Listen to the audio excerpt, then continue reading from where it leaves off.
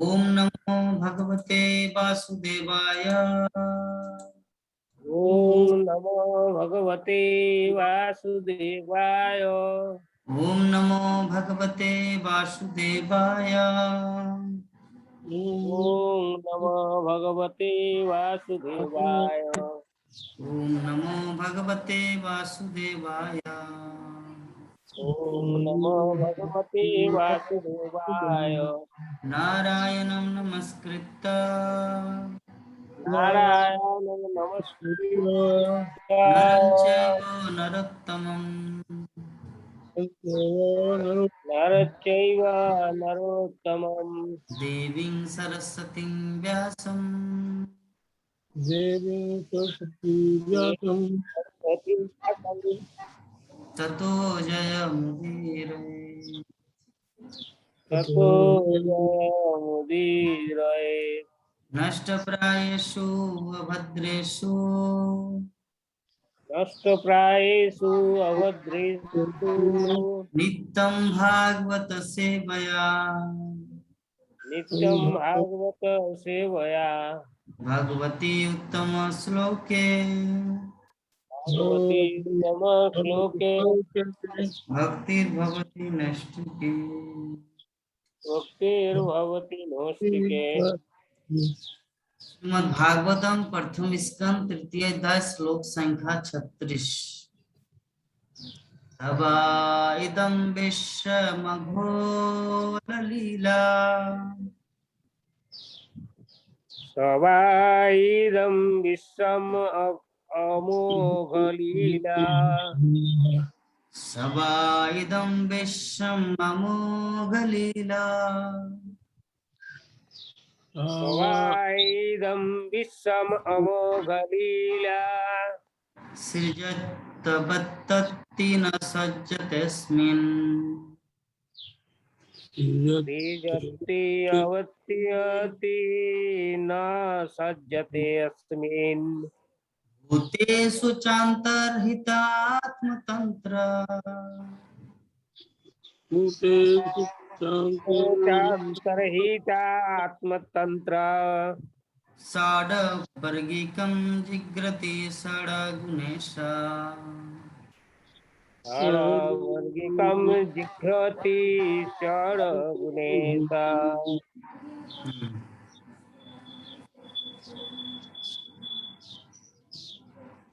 सवाइदं विश्वम् अमोघलीला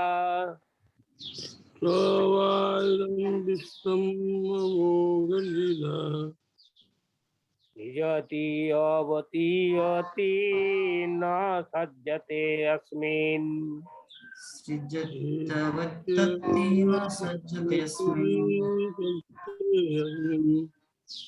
भूतेषु अंतर्हित आत्मतंत्र षड्वर्गिकम् भूतेषु आत्मतंत्र षड्वर्गकं जिघ्रति षड्गुणेषु षड्वर्गीकं जगति सद्गुणेषु। हरे कृष्ण। हरे कृष्ण। सो वा इदं विश्वम् अमोघ लीला सवाइदं विश्वम् अमोघ लीला सृजत्यवत्यति नो सज्जते अस्मिन् सृजत्तवत्तत्ति न सृजति सज्जतेऽस्मिन् अवत्यति न सज्जते अस्मिन् भूतेषु च अंतर्हित आत्मतंत्र भूतेषु च आत्मतन्त्र आत्मतन्त्र षड्वर्गीकं जिघ्रति षड्गुणेषु षड्वर्गीकं जिघ्रति षड्गुणेषु। षड्गुणेषु। हरे कृष्णा। श्रीमद् भागवत अनुवाद कृष्ण कृपा मूर्ति श्री भक्ति वेदांत स्वामी प्रभुपाद की। जय। तो जिनके कर्म सदैव निष्कलुष होते हैं वे भगवान 6 इंद्रियों के स्वामी हैं और 6 ऐश्वर्यों के साथ सर्वशक्तिमान हैं। वो जिस ब्रह्मांडों की सृष्टि करते हैं उनका पालन करते हैं और अंश मात्र भी प्रभावित हुए बिना उनका संहार करते हैं। जीवों के भीतर विद्यमान रहते हैं और सदैव स्वतंत्र होते हैं। तात्पर्य भगवान तथा जीवों के बीच का मुख्य अंतर यह है कि भगवान सृष्टा है और जीव सृष्ट है। यहाँ पर उन्हें अमोघ लीला कहा गया है, जो इस बात है कि उनके सृजन में कुछ भी शोचनीय नहीं है। जो लोग उनकी सृष्टि में गड़बड़ी उत्पन्न करते हैं वे स्वयं विचलित होते हैं। समस्त भौतिक संतापों से परे है, क्योंकि ये 6 ऐश्वर्यों अर्थात धन, शक्ति, यश, सौंदर्य, ज्ञान तथा त्याग से संपन्न है। इस प्रकार इंद्रियों के स्वामी हैं। उनके द्वारा इन दृश्य जगतों की सृष्टि उन जीवों के उद्धार के लिए की जाती है जो 3 प्रकार के क्लेशों से ग्रस्त हैं। वे उनका पालन करते हैं और समय आने पर किसी प्रकार से प्रभावित हुए बिना उनका संहार कर देते हैं। वो इस भौतिक सृष्टि से बाह्य रूप से उसी तरह संबंधित है जिस प्रकार किसी सुगंध युक्त पदार्थ से संबंधित हुए बिना कोई सुगंधि का सेवन करता है। अतएव इष्टताहीन तत्व समस्त प्रयासों के बावजूद भगवान के पास तक नहीं पहुंच पाते। हरे कृष्ण। तो हम लोग 2 दिन या 5 दिन तो नारद भक्ति दर्शन के ऊपर सुने सेमिनार को, और श्रीमद् भागवतम को भी लगातार एक एक करके हम लोग सुन के आ रहे हैं। तो कभी नेटवर्क डिस्टर्ब तो कभी करंट डिस्टर्ब। अभी तो भगवान की कृपा बस करंट आ गया जिसके कारण चल रहा है। तो कभी वीडियो नहीं आता तो कैमरा तो जो भी है भगवान की कृपा से आज सब सर्व मंगलमय। तो सबसे पहले हमारे पीएम सिंह प्रभु जी 5 दिन का जो हमारा नारद भक्ति दर्शन जो श्रवण ये भागवतम को भी श्रवण किए, उनमें से उनका क्या अनुभव रियलाइजेशन हुआ थोड़ा व्यक्त करें, फिर आगे हम लोग बढ़ेंगे।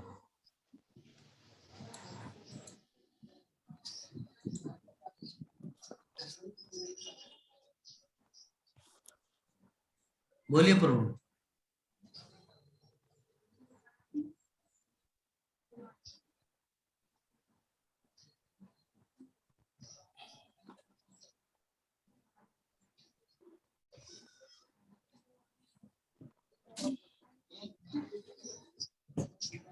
हमें तर्क वितर्क से बचना चाहिए। भक्ति में तर्क वितर्क नहीं होना चाहिए। और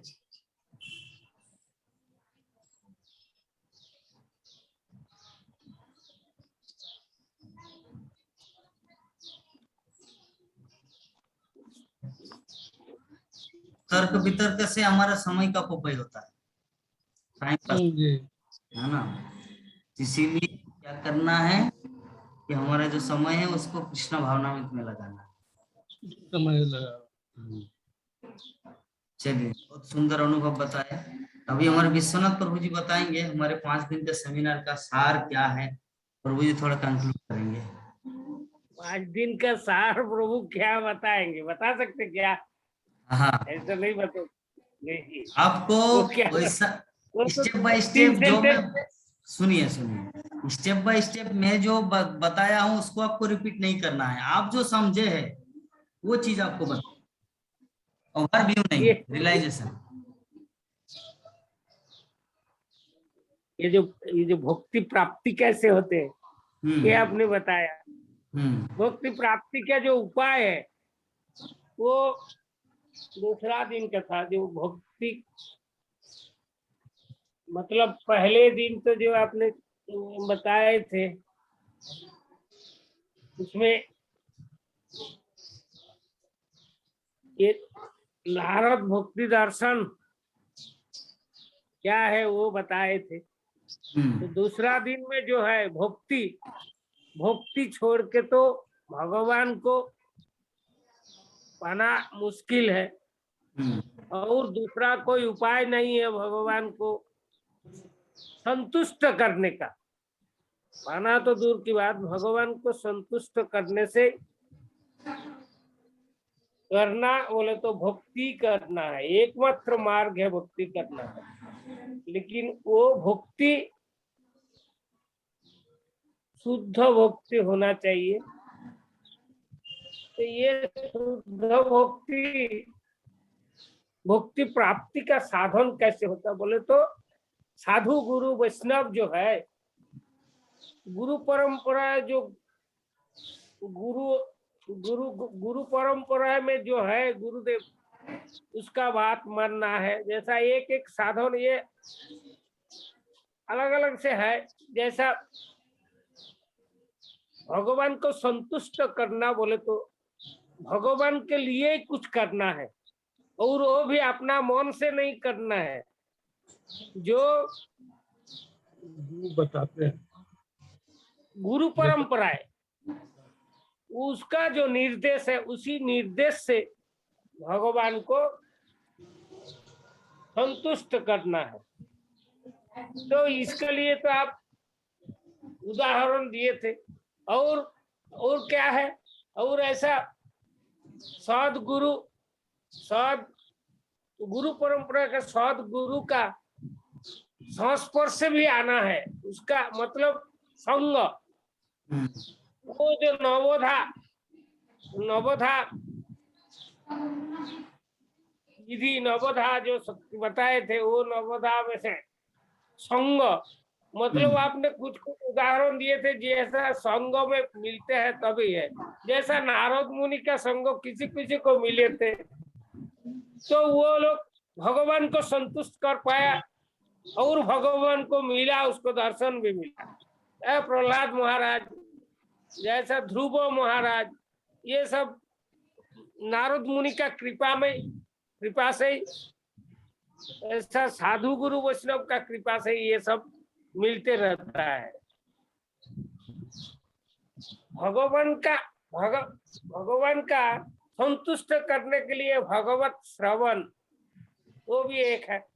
भगवान का लीला कीर्तन करना है, श्रवण करना है, वो एक है। भगवान को अर्चन करना है, ये भी है। तो ये भगवान को संतुष्ट करने से भक्ति प्राप्त होता है। भक्ति प्राप्त होने से ही भगवान को मिल सकते, और अपना हृदय में शुद्ध भक्ति का उदय होता है। ये दूसरा दिन का ऐसा भक्ति प्राप्ति कैसे होता है, वो साधन आपने बताए थे।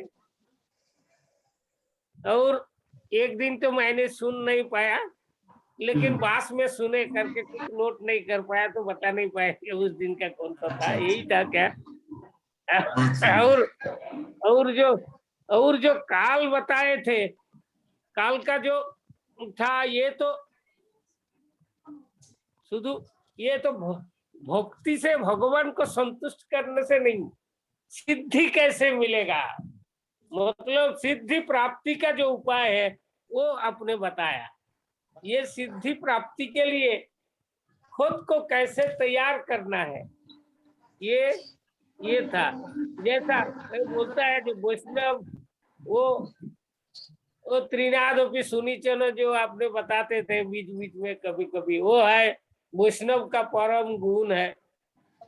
तो वो श्लोक से वैष्णव का क्या होना, कैसे होना चाहिए, ये बता रहे हैं। तो ये सिद्धि प्राप्ति के लिए वो जैसा आपने रूप गोस्वामी का एक उदाहरण दिए थे, जो तर्क जो नहीं करना है, भगवत ज्ञान,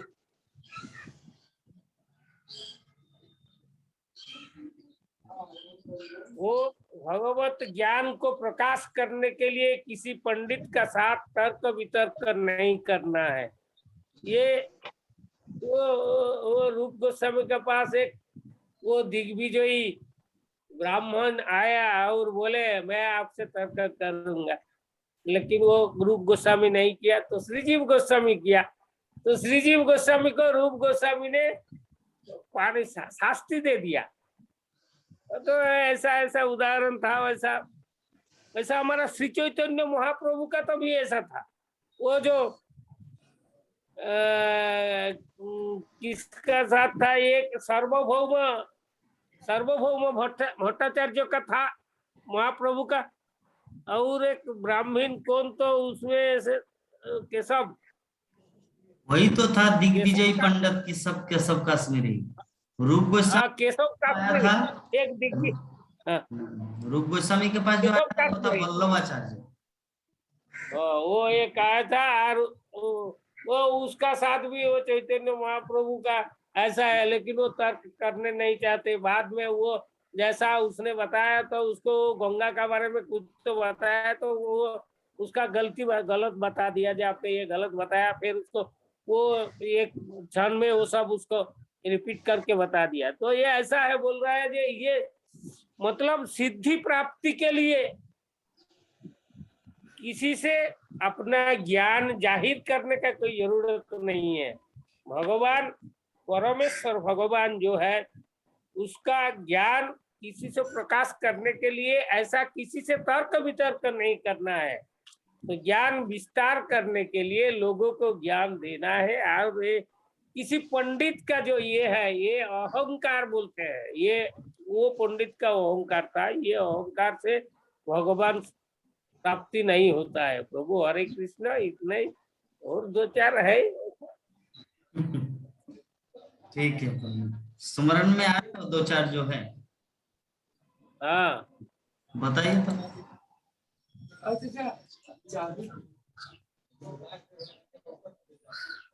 अगर स्मरण में है दो चार तो उसको बताइए, नहीं तो हम लोग क्लास को स्टार्ट करें। नहीं, अभी क्लासेस शुरू कीजिए। और वो शरण में नहीं है। हाँ हाँ हाँ, तो फिर वैसा शरण करना है तब शरण में आएगा वैसा। तो यहाँ पर हम लोग देख रहे हैं कि ये जो हमारा श्लोक है आज का 36 नंबर श्लोक में, सवाइदम विश्वम अमोघ लीला सृजत्सवत्सपि न सज्जत अस्मिन् भूते हित आत्मतंत्र साडंग वर्गीकृति सगुणेषु। मतलब जिनके कर्म निष्कलुष होते हैं, मतलब भगवान का कर्म क्या है? निष्कलुष। हमारा कर्म क्या है? कलुष। कलुष का अर्थ क्या है? पाप से युक्त। पाप से संयुक्त को कहा जाता है कलुष। निष्कलुष का अर्थ होता है जो पाप से रहित। तो भगवान के जितने कुछ कर्म होते हो क्या है? निष्कलुष कर्म, जो जिसमें पाप, क्योंकि पाप कैसे लगता है? पाप का उदाहरण क्या है? जैसे एग्जांपल, मच्छर एक बैठ गया, हम लोग मच्छर को मार, तो पाप मेरा लगा। क्यों? क्योंकि मेरा अधिकार नहीं है उनको मारने का, क्योंकि मैंने उनको सृष्टि नहीं की। लेकिन कृष्ण बोलते कि समस्त जीव की सृष्टि मैंने किया है। अहम सर्वस्य प्रभव मत्त सर्वम प्रवर्तते। जोनि से कौनते है संभवंति जा तासान ब्रह्म जोनि अहम बीज प्रदपिता। जितने सारे जीव जोनि है, समस्त योनियों का मूल बीज प्रदान करने वाला पिता अहम बीज प्रदपिता मैं। तो कोई पिता अपने पुत्र को मार के उद्धार करे या उसको जिंदा रख के उद्धार करे या कैसे करे, तो उसका मैटर है। तो कृष्ण अगर किसी को वध भी करते तो वो व्यक्ति मुक्त होता है ना। शिशुपाल, रावण, कुंभकर्ण, जरासंध, हिरण्यकशिपु हम लोग देखे हैं। उतना के हाथों में जिस व्यक्ति का मृत्यु हुआ वो सब भगवान के धाम को प्राप्त हुए, भगवान को प्राप्त हुए। इसका मतलब अगर भगवान किसी को मारे भी तो उसको कुछ पाप नहीं है। इसीलिए भगवान को कहा जाता है निष्कलुष। तो भगवान 6 इंद्रियों के स्वामी हैं और 6 ऐश्वर्यों के साथ सर्वशक्तिमान। 6 इंद्रियों के स्वामी अर्थात हमारे शरीर में 6 इंद्रियां। विश्वनाथ प्रभु क्या क्या इंद्रियां हमारे हृदय में, मतलब हमारे शरीर में 6 इंद्रियां? चक्षु, कर्ण, नासिका, जिहा और त्वक। मतलब मन, चक्षु, कर्ण, कान, नासिका नाक, जिहा टांग, त्वक और ये जो त्वचा, त्वचा बोलते हैं त्वक को। सही है।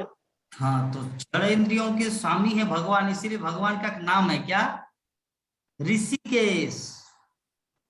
इंद्रियों के स्वामी को क्या कहा जाता है प्राण मोहन प्रभु? ऋषिकेश।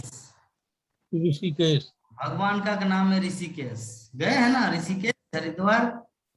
गए हैं। हाँ, तो ऋषिकेश का अर्थ होता है भगवान कृष्ण इंद्रियों के स्वामी, इसलिए उसका नाम है ऋषिकेश। तो षड इंद्रियों के स्वामी के साथ साथ भगवान क्या है? षड ऐश्वर्यों के मालिक, सर्वशक्तिमान। षड ऐश्वर्य क्या क्या है बताइए तो?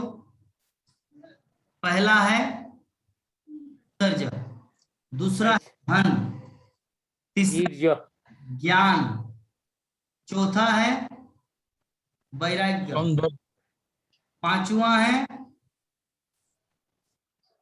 शक्ति, छठवां है यश। भगवान ये षड ऐश्वर्यों से संपन्न है। ये सिर्फ एकमात्र भगवान के पास है, हमारे पास है क्या? हम लोग अगर सुंदर है तो भिखारी है, अगर कोई धनी है तो सुंदर नहीं दिखता, अगर कोई ज्ञानवान है तो पैसा नहीं है, अगर किसी के पास बहुत धन है तो महामूर्ख है। लेकिन भगवान कृष्ण क्या है? षड ऐश्वर्य पूर्ण। ये जो षड ऐश्वर्य होता है हमारे जीवन में, ये सब कुछ भगवान कृष्ण के पास मौजूद है। तो दृश्य ब्रह्मांड की सृष्टि करते हैं, उनका पालन करते हैं और अंश मात्र भी प्रभावित हुए बिना उनका संहार करते हैं। भगवान ये क्या करते हैं? दृश्य ब्रह्मांड की सृष्टि। तो कैसे करते हैं दृश्य ब्रह्मांड की सृष्टि? ब्रह्मा के माध्यम से। ब्रह्मा के माध्यम से भगवान इस जगत की सृष्टि करते हैं, और भगवान विष्णु के माध्यम से इस जगत का पालन पोषण करते हैं, विश्वंभर। और भगवान शिव के माध्यम से इस जगत का ध्वंस करते हैं, महाप्रलय करते हैं। लेकिन फिर भी भगवान उसमें लिप्त नहीं होता। यही है भगवान कृष्ण की परमेश्वर्य। न तस्य कार्यम करणम च विद्यते। भगवान श्री कृष्ण भगवत गीता में बताए हैं कि लिम्पन्ते न सभाहा लिम्पन्ते लिम्पन्ते पद्मपत्रम इवाम भसा। हाँ, जैसे पद्म पत्र, जैसे कमल का पत्ता। कमल का पत्ता पानी में रहता है लेकिन फिर भी उसे भिगा नहीं पाता। हाँ, लिप्पन्ते न स पापेन पद्म पत्र इवाम भसा। भगवत गीता में अर्जुन को बता रहे कि भगवान कृष्ण को पाप वैसे ही नहीं छू पाता जैसे पद्म पत्र की तरह। लिप्पन्ते न स पापेन पद्म पत्र इवाम भसा। भगवान को पाप छू नहीं पाता, जैसे कमल के पत्ता को पानी में रहते हैं, पानी में रहता है कमल का पत्ता, लेकिन फिर भी उसे भीगा नहीं पाता। कमल पत्ता अपना अस्तित्व में रहता है। उसी प्रकार भगवान ये सब करते हैं लेकिन फिर भी वो प्रभावित नहीं होते। ये है कृष्ण।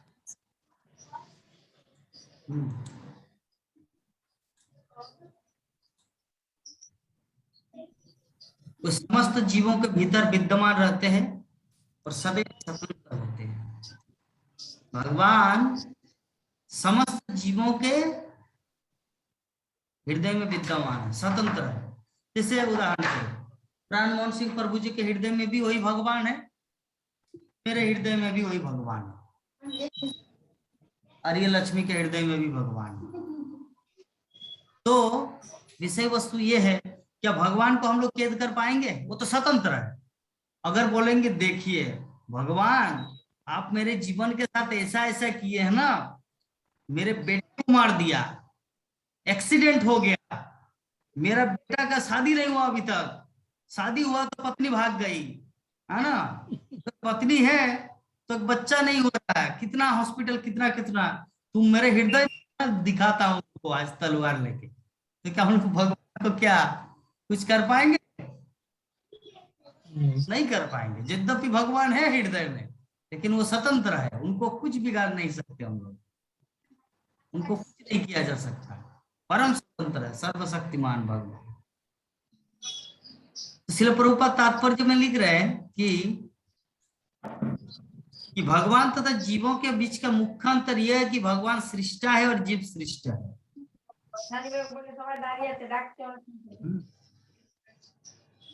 सृष्टा का अर्थ क्या है? निर्माण करता। हाँ, रचना करने वाला, जीव को उत्पन्न करने वाला। सृष्ट का अर्थ होता है हम लोग सृष्ट है और भगवान सृष्टा है। तो सृष्ट जीव हम सब बनाए गए हैं और भगवान है उस बनाने वाला, बनाने वाला। यही है भगवान में। तो यहाँ पर उन्हें अमोघ लीला कहा गया है। बात का घोतक है कि उनके सृजन में कुछ भी सोचनीय नहीं है। सोचनीय का बहुत सारा अर्थ है।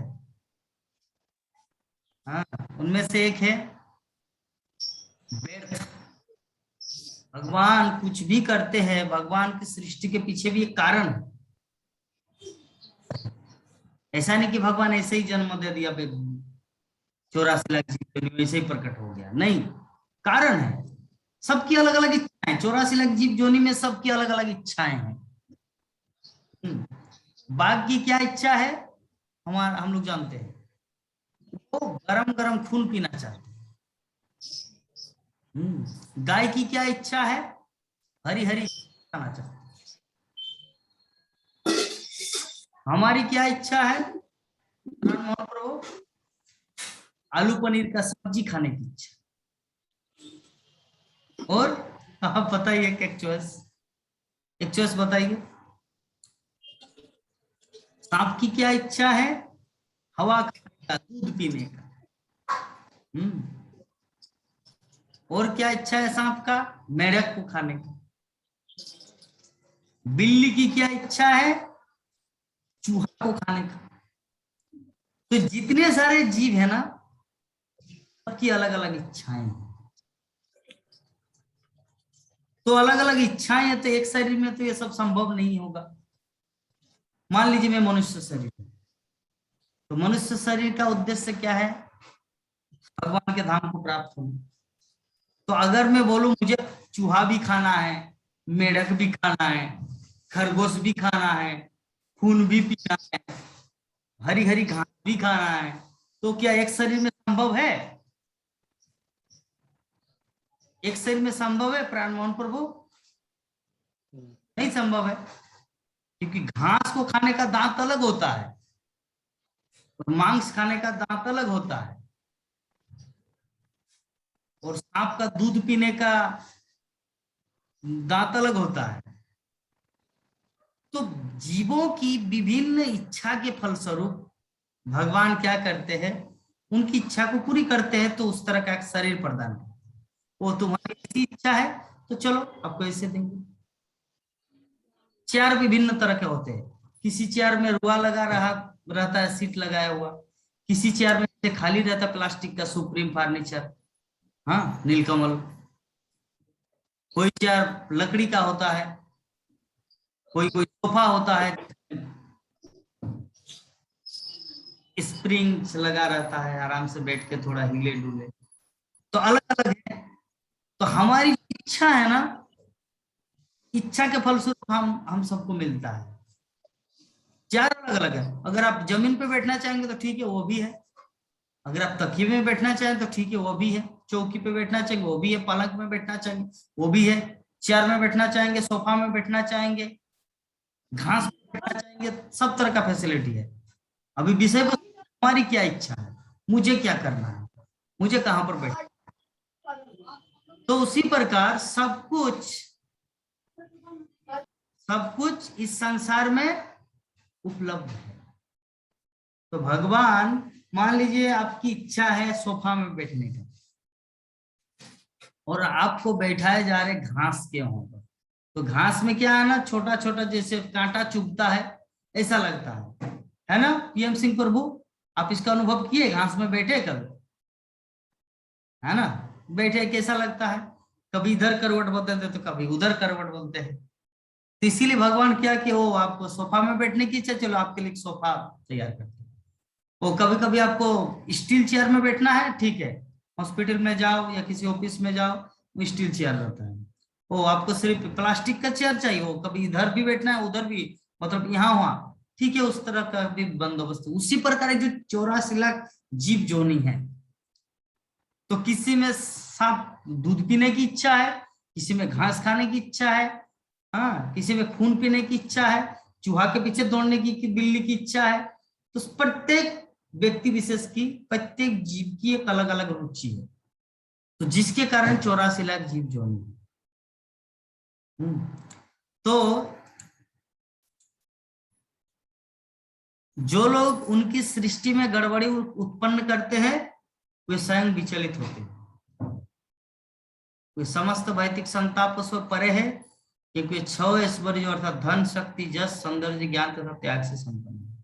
तो जो लोग उनकी सृष्टि में गड़बड़ी उत्पन्न करते हैं, सृष्टि में गड़बड़ी का अर्थ क्या है? जैसे एक व्यक्ति एक कल कारखाना का निर्माण किया, मतलब एक फैक्ट्री तैयार की, तो बहुत सारे वर्कर आ रहे हैं, कोई मैनेजर है, कोई सुपरवाइजर है, कोई लेबर है, कोई कंट्रोलर है। तो उनमें से अगर कोई व्यक्ति जो लॉ बना दिए है मालिक, 5 बजे ड्यूटी ज्वाइन करना है सुबह सुबह, शाम को 5 बजे छोड़ना है, एक बार ब्रेकफास्ट के लिए 10 बजे, 2 बजे लंच, एक नियम बना दिए। तो अगर आप बोले नहीं नहीं नहीं, मुझे अभी भूख लग गया, मुझे 9 बजे ही खाना है, ठीक है, एक दिन चल सकता है, कॉम्प्रोमाइज हो सकता है। अगर बोलेगे नहीं नहीं 5 बजे नहीं, मैं 3 बजे ही घर चले जाऊंगा, तो उसको क्या दूसरे दिन से काम में लेंगे? प्राण मोहन प्रभु, ये सुनना, नहीं लेंगे। तो उसी प्रकार भगवान ने सृष्टि किया कुछ उद्देश्य के लिए। तो अगर उस सृष्टि के समय अगर हम लोग अपना मत दे, भगवान चाहते हैं मनुष्य जीवन प्राप्त किए, कृष्ण भक्त बनो, मनुष्य जीवन प्राप्त किए, कृष्ण भक्त बनो, तो अगर हम बोलेंगे नहीं नहीं मुझे 3 बजे ही घर जाना है, तो क्या करेंगे भगवान? ठीक है, कुत्ता बनो अगले जीवन में, मतलब तुम इस फैक्ट्री में काम मत करो, जाओ ईंट भट्टा में काम करो, किसी का बैल चराओ।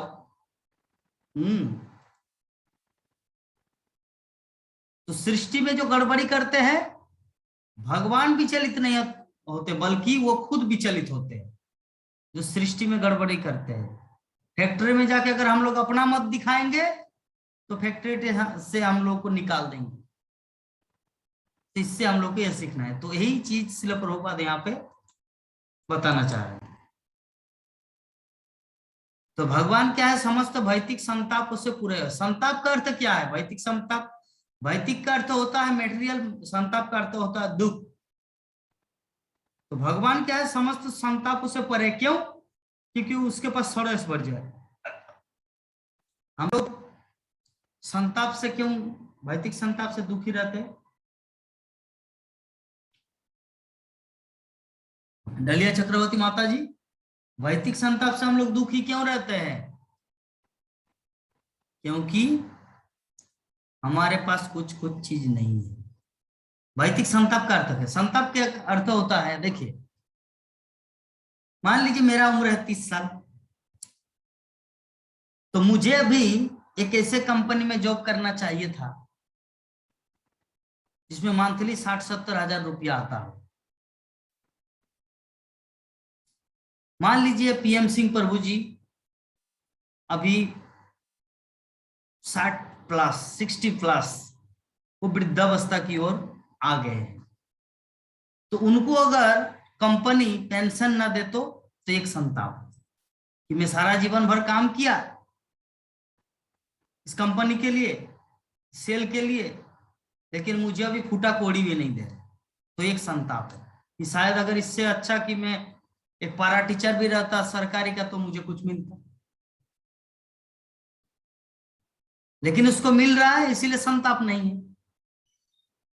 अगर नहीं मिलता तो संताप होता है ना। दूसरा उदाहरण, कोई व्यक्ति, कोई माता जी या कोई प्रभु जी या कोई स्त्री पुरुष, वो लोग शादी किए हैं, उनका उद्देश्य क्या है? परिवार को आगे बढ़ाना। अगर बच्चा ना हो तो संताप। तो भी संताप। तो भी संताप है। दूसरा उदाहरण कि एक व्यक्ति, उनको उनका माता पिता अच्छी तरह पढ़ाया लिखाया, उनके पास धन नहीं था, जितना कुछ उनका जमीन जायदाद था सब कुछ बेच दिया। बेच देने के बाद उनको पढ़ाया लिखाया MIT अमेरिका से। उसके बाद अंत में गति क्या हुआ? कुछ का बेच रहा है। क्या बिक्री कर रहा है? कुछ का, गलगप्पा, आलू चॉप, समोसा बिक्री कर रहा है। फिर माता पिता का उसके लिए संताप कि अगर यही करना था तो इतना क्यों बर्बाद, है ना। ठीक है, ये भी एक काम है। चलिए, आपकी इसमें रुचि है तो जब पढ़ाई कर रहे थे रे बाप, उस समय तो बोलना चाहिए था। अपना जमीन जायदाद घर बार सब कुछ बेच के अब भाड़ा घर में रहते हैं, रेंट में रहते हैं, और अब फुचका बिक्री करके पैसा कमा रहे हैं। तो पहले से अरेंजमेंट होता, क्या जरूरत है वो बेकार डिग्री हासिल करना। तो डिग्री हासिल के साथ साथ उनको क्या करना चाहिए था? नौकरी ढूंढना चाहिए था। लेकिन वो जैसे नौकरी जिस समय होने वाला है उस समय वो फुचका बिजनेस धंधा शुरू कर दिया। अभी उनका माता पिता क्या करेंगे? बच्चा को तो ये भी नहीं बोल सकते, अरे बच्चा बोलेगा माता जो भी हो, मैं बेरोजगार तो नहीं हूं ना, मैं कुछ काम कर रहा हूं ना। अभी माता पिता और आगे क्या बोलेंगे? ले बाप रे, किसके पाला में पड़ा, है ना।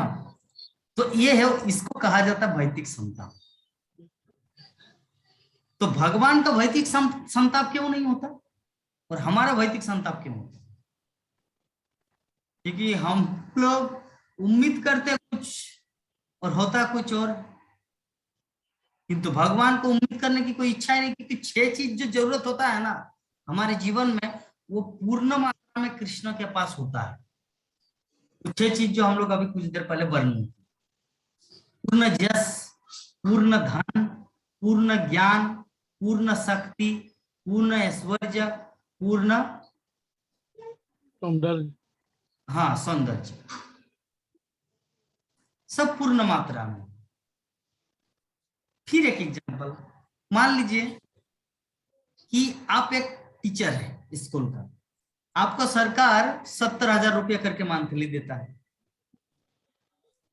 इसी स्कूल में पढ़े हैं, और आपके एक साथी जो एक साथ आप लोग पढ़ाई लिखाई की, करने के बाद आपको नौकरी मिल गया, मंथली आपको 70,000 रुपये करके आ रहा है, और एक दूसरा आपका जो साथी था वो एक किराना का दुकान खुले, उसमें उनको हर महीना 20-25 हजार रुपया मिल रहा है। तो आपको क्या उनको देख के ईर्ष्या होगा?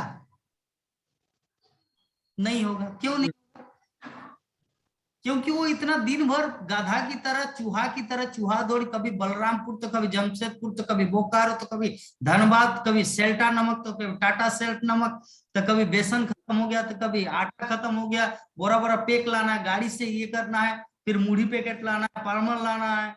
हाँ, गाधा की तरह 24 घंटा खाट रहे उसी के पीछे, और मिलता कितना है मंथली? 25,000 रुपया, या 20,000 रुपया, 23,000। और कभी कभी तो इतना लोन हो चुका, मतलब इतने सारे लोग उधारी लिए है कि वो जब देख रहे तो उसका माथा खराब हो रहा है। लाभ का तो दूसरी बात, और आपको मिला है नौकरी, सरकारी नौकरी, जस्ट स्कूल जाओ 8 बजे या 10 बजे, 4 बजे आओ, मंथली पूर्ण हो गया, महीना आपके अकाउंट में 70,000 रुपया आ गया। तो क्या सामने वाला जो दुकान है, जो यद्यपि सब समय बिक्री हो रहा है, ऑल टाइम, जब तक दुकान खुला है सब समय भीड़ लगा हुआ है, लेकिन अल्टीमेटली कमाई कितना हो रहा है?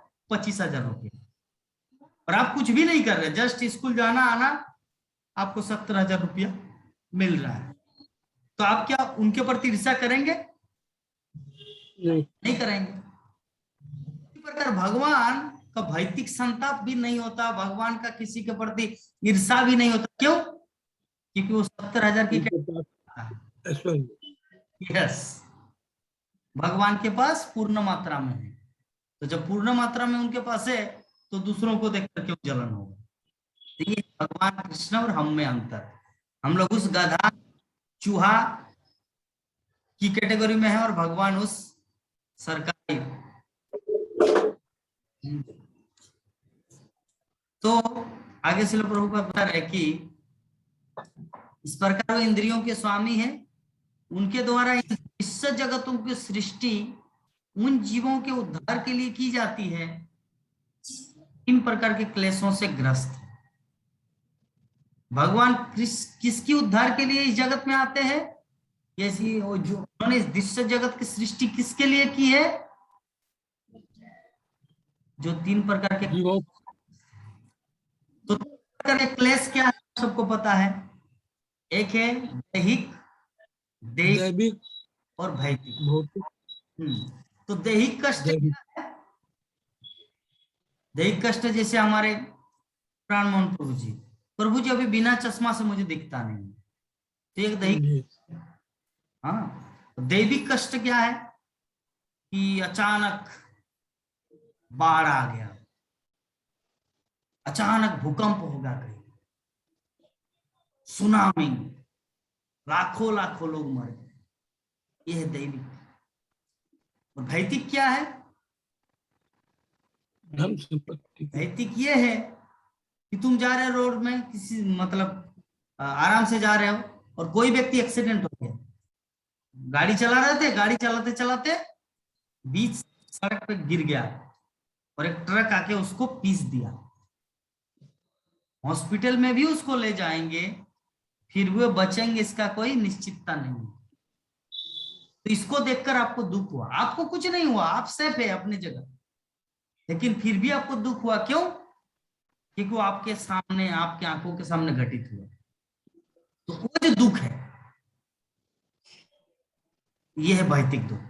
अरे भौतिक दुख हर जगह है। जैसे मान लीजिए एग्जाम्पल, ये तो एक उदाहरण हुआ। दूसरा, मॉर्निंग वॉक में जा रहे तो कहीं पर कोई गरीब फैमिली है,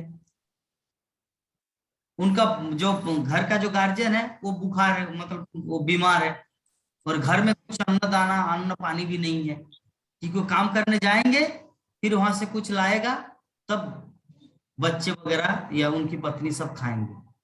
तो अभी तो वो तो बीमार पड़े हैं बेचारा, और कोई उसे उधार भी नहीं देना चाह रहे, क्योंकि वो कैसे उसको चुकता करेंगे।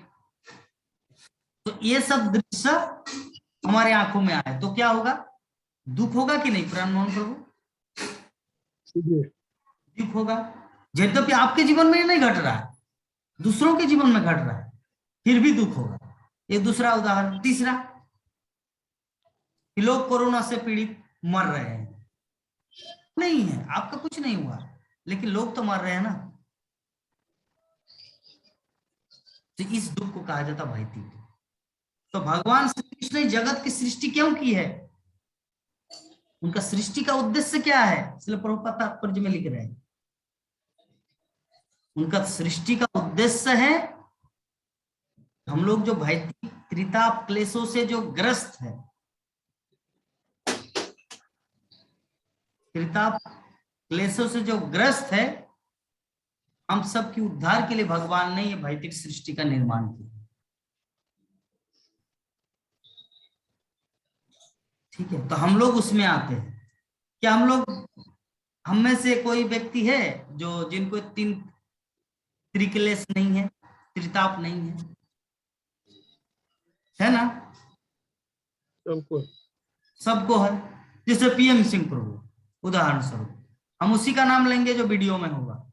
हम विश्वनाथ प्रभु को भी देख नहीं पाए। हाँ, विश्वनाथ प्रभु को देख पा रहे, दलिया चक्रवर्ती माता जी को देख नहीं पा रहे, तो नाम तो उसी का लिया जाएगा ना जो सामने हो। वीडियो ऑफ मीन्स वो बहुत दूर है, जो भी हो, लेकिन कनेक्टेड है, उनका भी नाम लिया जा रहा है।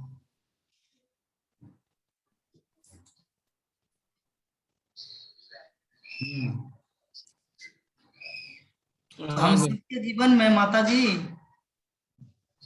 हम सबके जीवन में दुख है ना। आप चाहते हैं कि आपका लड़का जो है, आपका पुत्र जो है, इस्कॉन मायापुर में भक्ति वेदांत इंटरनेशनल स्कूल में पढ़े, पूरा विख्यात ज्ञानी बने और बिजनेस का भी उसका कौशल हो, भक्ति का भी ज्ञान रहे। आप चाहते हैं ना, लेकिन होता नहीं। हमारे पीएम सिंह प्रभु जी, उनकी भी इच्छा है कि मेरी जो नातनी है कृष्ण के सुंदर भक्त बने। मैं जब जूम क्लास में भागवत कथा सुन रहा हूँ वो भी सुने, लेकिन वो तो सुनेंगे नहीं, वो तो कार्टून देखेगा। ये सब देख के उसको दुख होता है, इसे कहा जाता है भौतिक दुख। दलिया चक्रवर्ती माता जी चाहते कि मेरा लड़का जो है ना मेरी बात को माने, लेकिन फिर भी दूसरे की लड़की के साथ ये सब करेगा, और बाद में तो नहीं चाहते पिता माता, लेकिन फिर भी ऐसा होता है। इसे कहा जाता है भौतिक दुख, भौतिकता। तो भौतिकता से बचने का उपाय क्या है? अभी बोले दलिया चक्रवर्ती माता जी बोले कि प्रभु ये तो सबके माता पिता के जीवन में होता है कि उनका बच्चा को वो गाइड करना चाहते, लेकिन फिर भी वो बर्बाद होता जाता है, तो कैसे करें? इसीलिए खुद को सुंदर भक्त बनाना। अगर हम लोग सुंदर भक्त बनेंगे, खुद को आइडियल बनाएंगे, तो बच्चा यही सोचेगा कि मेरा माता पिता जो है ना समाज में एक रेस्पेक्टेबल पर्सन, एक सम्मानित व्यक्ति है। मैं ऐसा कुछ न करूं जिसमें मेरे माता पिता को कलंक लगे, ऐसा कुछ न करूं जिसमें मेरे माता पिता को कलंक लगे, समाज में उनकी मां। तो कब फील करेगा? जब आपके अंदर वो क्वालिटी रहे। तो इसीलिए बच्चे को उस चीज से रोकने के लिए ये जो भौतिक ताप है, उदाहरण है भौतिक ताप का।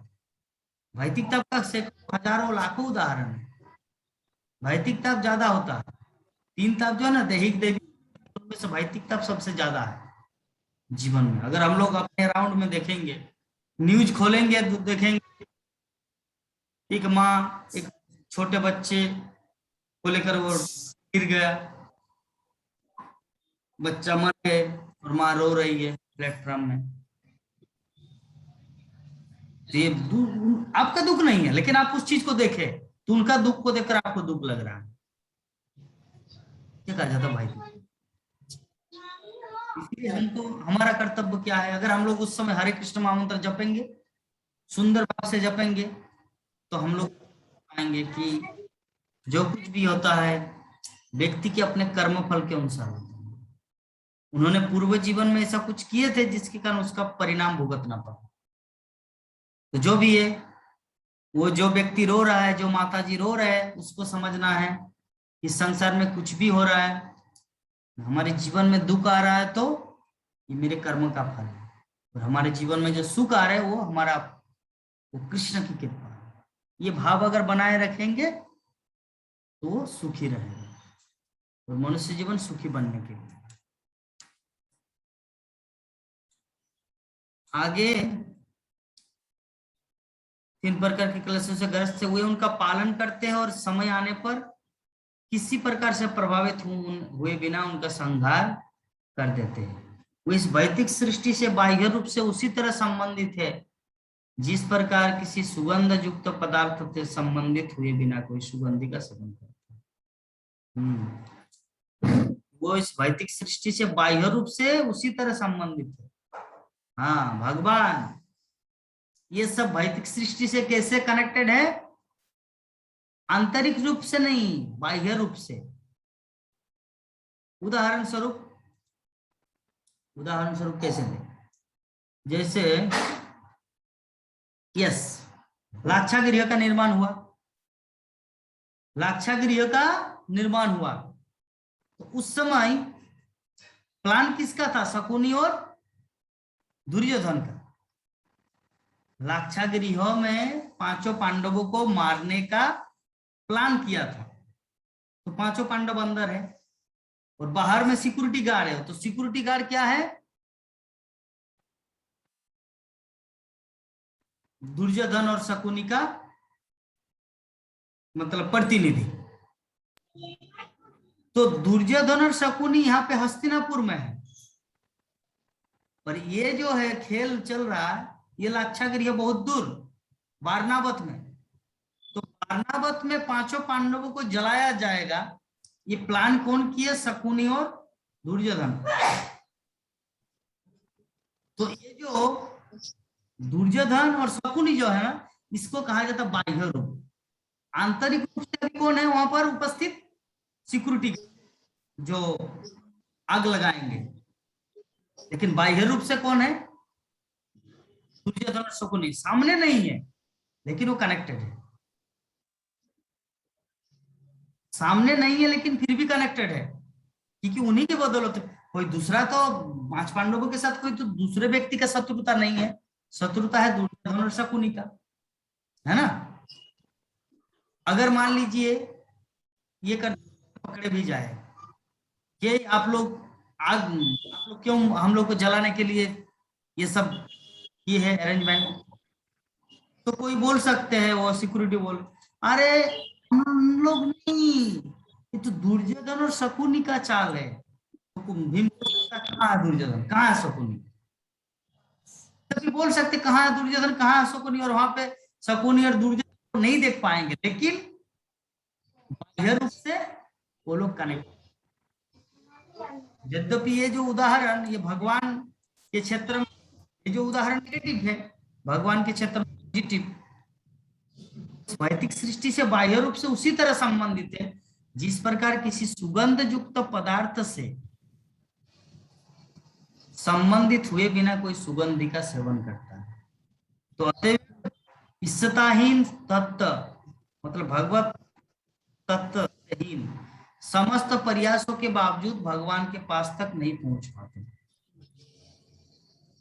अर्थात अतएव समस्त प्रयासों के बावजूद भगवान, हाँ, जब तक कोई भक्ति से कनेक्टेड न हो, कोई व्यक्ति भक्ति से कनेक्टेड न हो, तब तक उनके पास कुछ भी हो, सौंदर्य, शास्त्रीय ज्ञान, दान, सब कुछ हो, लेकिन फिर भी वो भगवान को प्राप्त नहीं कर सकता, क्योंकि भगवान के प्रति उनका प्रेम नहीं। भगवान कृष्ण से प्रेम ही वो वस्तु है जो हम लोग को कृष्ण को पहुंचा है।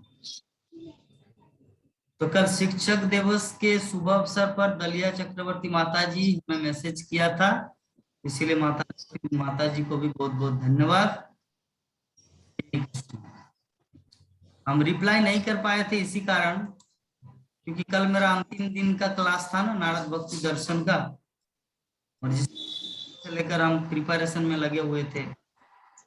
आपका मैसेज देखे लेकिन उतना ध्यान नहीं था कि ये इम्पोर्टेंट, तुरंत रिप्लाई करना इम्पोर्टेंट था, नारद भक्ति दर्शन का सेमिनार था। और बाद में बाद में जब देखा आपका मैसेज, तब बज रहा था रात के 11, तो रात के 11 से आपको तो यही है था मैटर, जो भी है। आज हमारे नंदा किशोरी माता जी कहाँ गए थे, इतना देर लगा? हरे कृष्णा प्रभु जी, वही चले गए थे। कहाँ चले गए वही थे? चले, उन्हीं यहाँ। हाँ, माता जी के घर उन्हीं, में। जी प्रभु जी। तो वहां पर क्या क्या खिलाया आपको माता जी ने? वही प्रसाद खिलाई, प्रसाद खिलाई, थोड़ा सा गपशप हुआ। गपशप में क्या क्या चर्चा हुआ, थोड़ा हम लोग को भी शेयर कीजिए। वो कुछ अपना पर्सनली बात बता रही थी, चेकअप वेकअप आज कराई है ना, अल्ट्रासाउंड हुआ था। उसको तो गपशप नहीं बोला जाता, वो तो सीरियस मैटर है। तो और कुछ नहीं, और मायके वायके के बात और कुछ कर रही। हमारे विश्वनाथ अभी प्रभु बोल रहे थे कि नंद किशोरी माता जी शायद नारद भक्ति दर्शन का वो सीरीज खत्म नहीं कर पाए, इसीलिए वो देख रहा है, इसीलिए जूम किया है। अभी अभी जस्ट आइए रहे हैं, बाहर खोले हैं अभी। अच्छा, तो हमारे विश्वनाथ प्रभु जी को थोड़ा बुलाइए, कहाँ है प्रभु जी?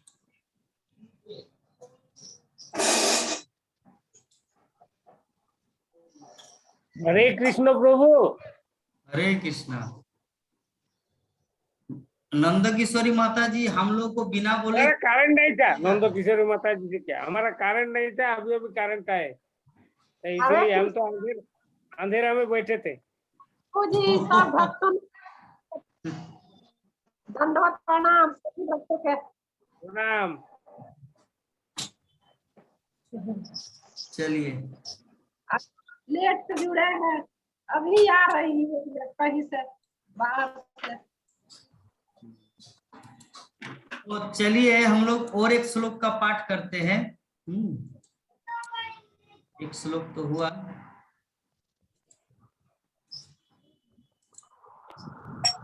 न चास्यकश्चिन् निपुणेन धातुरवेति जन्तुकमनीषौति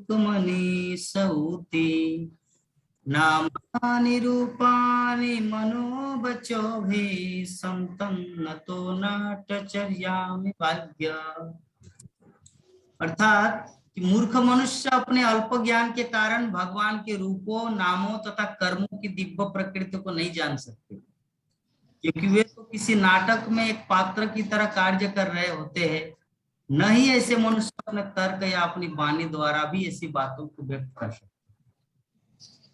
मूर्ख मनुष्य, एक चीज दो बार रिपीट हुआ है, अल्प ज्ञान।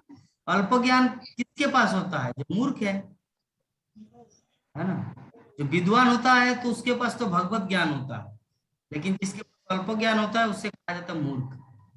तो अल्पज्ञानी भगवान के रूप, नाम तथा कर्मों की दिव्य प्रकृति को नहीं जान सकते। जैसे उदाहरण स्वरूप एक नाटक में कोई सीता का रोल निभा रहे हैं, कोई रावण का रोल निभा रहे हैं, कोई राम का, कोई लक्ष्मण का, कोई भरत का, कोई शत्रुघ्न का। तो उदाहरण स्वरूप मान लीजिए हम गए बांकुड़ा, हमारे विश्वनाथ प्रभु वहां पर रोल कर रहे हैं, किसका बोलेंगे प्रभु? दशरथ का। दशरथ कर रहे हैं, ठीक है। हमारे पीएम सिंह प्रभु जी रोल कर रहे हैं विभीषण। हमारे दलिया चक्रवर्ती माता जी रोल कर रहे सीता देवी का, और नंद किशोरी माता जी रोल कर रहे मंत्रा का। जो भी है, जस्ट एग्जाम्पल, जस्ट एक नाटक चल रहा। और सबका अलग अलग ड्रेस है, नाटक चल रहा है। अभी हम लोग जूम क्लास में जुड़े हुए हैं, तो सपोज तो वहां पे नाटक चल रहा है। तो नाटक चलते चलते हमारे विश्वनाथ प्रभु यहाँ पर एक मूंछ लगा दिए गए हैं। ऐसे तिलक कुछ नहीं है, ऐसे है।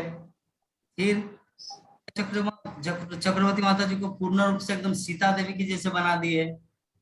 हाँ, और नंद किशोरी माता जी भी ऐसे चल और कोई के पास जाके थोड़ा कुछ उनको सलाइन दे रहे। सलाइन मतलब इसको बन दो राम को और भरत को। तो ये सब नाटक चला, मैं वहां पर गया तो मेरे उतना योग्यता है कि मुझे तुरंत पकड़ पाऊंगा कि ये व्यक्ति वो है, वो व्यक्ति ये है, ये व्यक्ति वो है? नहीं। क्यों? क्योंकि नाटक में कोई व्यक्ति दूसरे रूप में आता है, रियल फॉर्म में वो दूसरा। तो उसी प्रकार यहाँ पे इस श्लोक में बताया गया है कि अल्पज्ञानी व्यक्ति होते हैं, वो भगवान की दिव्य प्रकृति, कर्मों को दिव्य प्रकृति, उनके नाम, उनके रूप को नहीं समझ सकते, नहीं समझ सकते।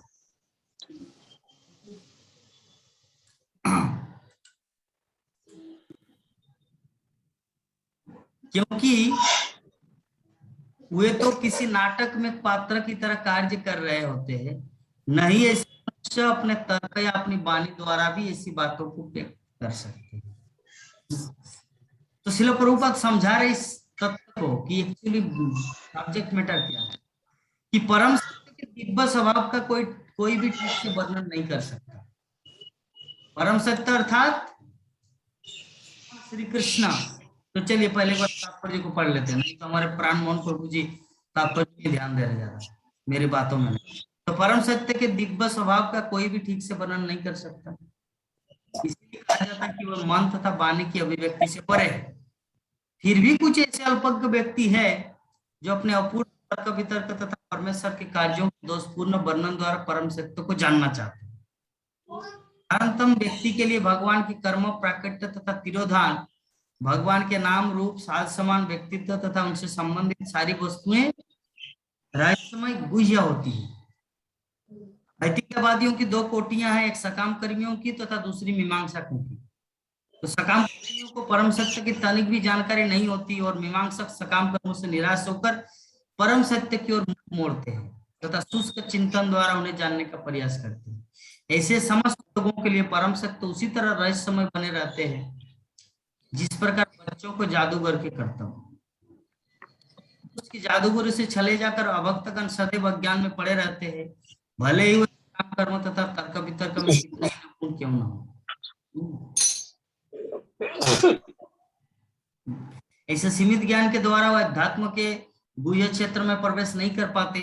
तर्कवादी सकाम कर्मियों से थोड़े बेहतर होते हैं, लेकिन वो भी मोह के चंगुल में रहने से ये मान लेते हैं कि जिस वस्तु में कोई रूप, नाम तथा कर्म हो, भौतिक शक्ति से संपन्न उत्पन्न है। ऐसे लोगों के लिए परमात्मा रूपहीन, नामहीन तथा कर्महीन है। और चूंकि ऐसे मीमांसक ज्ञानी भगवान के दिव्य नाम तथा रूप की बराबरी संसारी नामों तथा रूपों से करते हैं, अतः वे सचमुच अज्ञानी है। इतने अल्प ज्ञान से पुरुष की वास्तविक प्रकृति तक नहीं पहुंचा जा सकता, जैसा कि भगवद गीता में कहा गया है। लेकिन भगवान सदैव यहाँ तक भौतिक जगत के भीतर रहते हुए भी दिव्य अवस्था में रहते हैं। लेकिन अज्ञानी व्यक्ति भगवान को विश्व की एक महान विभूति मानते हैं और इस प्रकार वे माया द्वारा भ्रमित होते हैं। जैसे उस दिन हम लोग नरेंद्र मोदी का प्रवचन सुन रहे थे, तो नरेंद्र मोदी चैतन्य महाप्रभु को क्या बताए? चैतन्य महाप्रभु जैसे संत। वो ये नहीं बता पाए कि चैतन्य महाप्रभु साक्षात भगवान है। एवरीथिंग इज गुड, जितना कुछ बोले सब कुछ ठीक है, लेकिन एक चीज भूल कर दिया। चैतन्य महाप्रभु जैसे संत, विवेकानंद जैसे संत, प्रभुपाद जैसे संत, मतलब भक्तों के समाज में महाप्रभु जो ईश्वर परम कृष्ण सच्चिदानंद विग्रह कृष्ण को उस लेवल में ला है। यद्यपि वो कुछ भी किया, जितना कुछ किया सब कुछ ठीक था, लेकिन वहां पे गड़बड़ की। यही होता है प्रॉब्लम। जो व्यक्ति गुरु परंपरा से पूर्ण रूप से नहीं जुड़ेंगे, इसलिए प्रभुपाद तात्पर्य है, जो व्यक्ति हमारे भगवत भक्ति के क्षेत्र में, इस्कॉन दुनिया में, या गुरु परंपरा, कृष्ण ब्रह्मा नारद व्यासदेव, ये जो गुरु परंपरा से ज्ञान आया है, इससे अगर वो ज्ञान नहीं लेंगे ना, तो कुछ भी बोले, कुछ ना कुछ त्रुटि करेगा ही, कुछ ना कुछ त्रुटि करेगा ही। इस संबंध में हमारे जननिवास प्रभु एक बार बोले थे, जननिवास प्रभु नहीं, पंकजांगरी प्रभु एक क्लास में बोले थे कि हम सब जानते हैं हमारे प्रधानमंत्री जो है ना बहुत ही धार्मिक है, भगवान की पूजा करते हैं, राम के भक्त, नरेंद्र मोदी। लेकिन जो भी हो, लेकिन वो तो हरि नाम नहीं करता ना, यही तो सबसे बड़ी त्रुटि। ओम का जप करते हैं, दिस गुड फाइन, लेकिन कलयुग में जो संकीर्तन युग धर्म है, हरे कृष्ण महामंत्र, ये उसको करना चाहिए था। ये करने से उनका जीवन प्रकट होता। तो इसीलिए यहाँ पर श्रील प्रभुपाद बता रहे अंत में कि लेकिन अज्ञानी व्यक्ति भगवान को विश्व की महान विभूति मानते हैं, तो भगवान को भगवान नहीं मानते, महान विभूति, और इस प्रकार वो माया द्वारा भ्रमित होते हैं। तो जो व्यक्ति माया द्वारा भ्रमित होते हैं वही इस तरह की बात बताते हैं।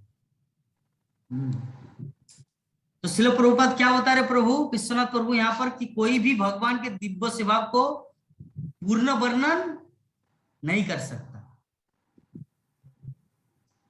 इसीलिए कहा जाता है कि वो मन तथा वाणी की अभिव्यक्ति से परे है। मन तथा वाणी से अभिव्यक्ति से परे अर्थात क्या है? अगर मुझे बताया विश्वनाथ प्रभु बोले, जगन्नाथ प्रभु मुझे कृष्ण की पूरा लीला बताई, रामचंद्र की पूरी लीला बताई, एक चीज कमी ना रहे, तो मैं एक दिन क्या 2 घंटा का क्लास जूम क्लास के मेरा सारा लाइफ भी अगर बताऊं ना, फिर भी कम पड़ जाएगा, फिर भी भगवान की लीला खत्म नहीं होगी, फिर भी भगवान की वर्णना खत्म नहीं होगी, कभी खत्म नहीं होगी।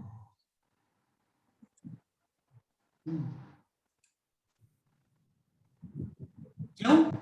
क्योंकि भगवान, हम लोग कैसे बोलेंगे?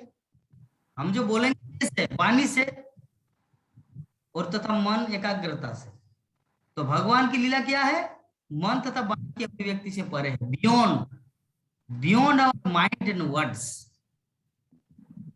फिर भी कुछ ऐसे अल्पज्ञ व्यक्ति है, फिर भी कोई महामूर्ख है, श्रील प्रभुपाद बता रहे हैं, जो अपने अपूर्ण तर्क वितर्क तथा परमेश्वर के कार्यों के दोषपूर्ण वर्णन द्वारा परम सत्य को जानना चाहते हैं। कुछ मूर्ख है जो क्या करते हैं कि अपने तर्क वितर्क से, अच्छा बोलो तो इस्कॉन, बहुत दिन तो इस्कॉन में हो, बताओ तो अच्छा भगवान के पिता का नाम था दशरथ, तो दशरथ के पिता का क्या नाम है? तो मैं बोला कि ये, नहीं, दशरथ के पिता का नाम 11 रथ।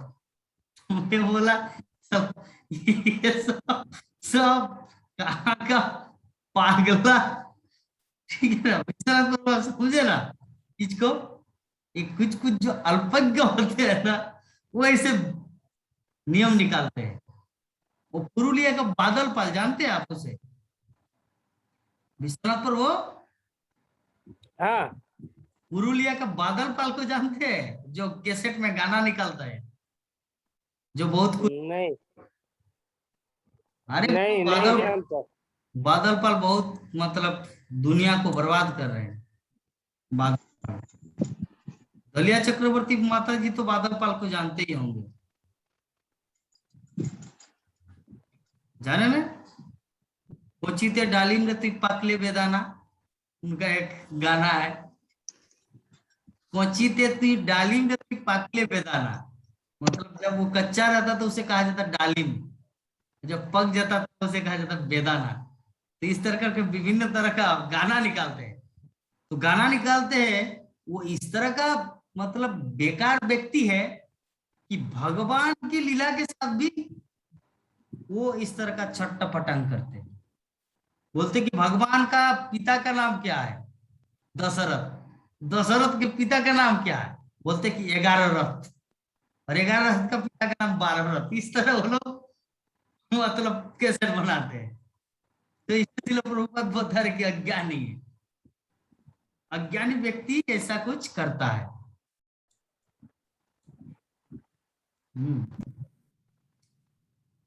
परमेश्वर के कार्यों के दोषपूर्ण वर्णन द्वारा परम सत्य को जानना चाहते हैं। अपूर्ण तर्क वितर्क, जिससे कल एक फेसबुक पे एक वीडियो देख रहे थे, तो उसमें क्या था, एक मुसलमान गीता पढ़ रहे थे,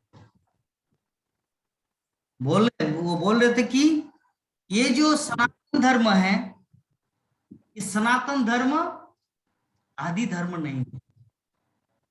तो एक व्यक्ति बोला उनको कि कैसे आदि धर्म नहीं है, क्योंकि कि मान लीजिए आज एक व्यक्ति का जन्म हुआ, आज एक चीज का सृष्टि हुआ, आज एक मूवी बना, एग्जाम्पल, आज एक फिल्म तैयार हुआ, तो बाद में वो 20 बाद एक नया मूवी बना, तो ये मूवी को क्या कहा जाएगा? Old is gold. ये ओल्ड मूवी बन गया, तो वो एक नया मूवी बना। तो सनातन धर्म अगर पहले से ही अगर सनातन है, तो जिस दिन उनका जन्म है उसका सनातन अर्थ कैसे? वो पागल है सबसे बड़ा। नंबर 1 उसके कमेंट में हम देखा, फेसबुक के कमेंट में जो हजारों लोग उसको पागल बोल के संबोधित किए, क्योंकि सनातन का अर्थ क्या है? सनातन का अर्थ पुराना नहीं, लेकिन वो सनातन का अर्थ पुराना बता रहे। सनातन का अर्थ होता है शाश्वत, पहले भी थे, अभी भी है और भविष्य में भी रहेगा। यही हमारे परम आचार्य रामानुजाचार्य का कहना है, जिसका ना आदि है ना अंत, उसे कहा जाता है सनातन धर्म।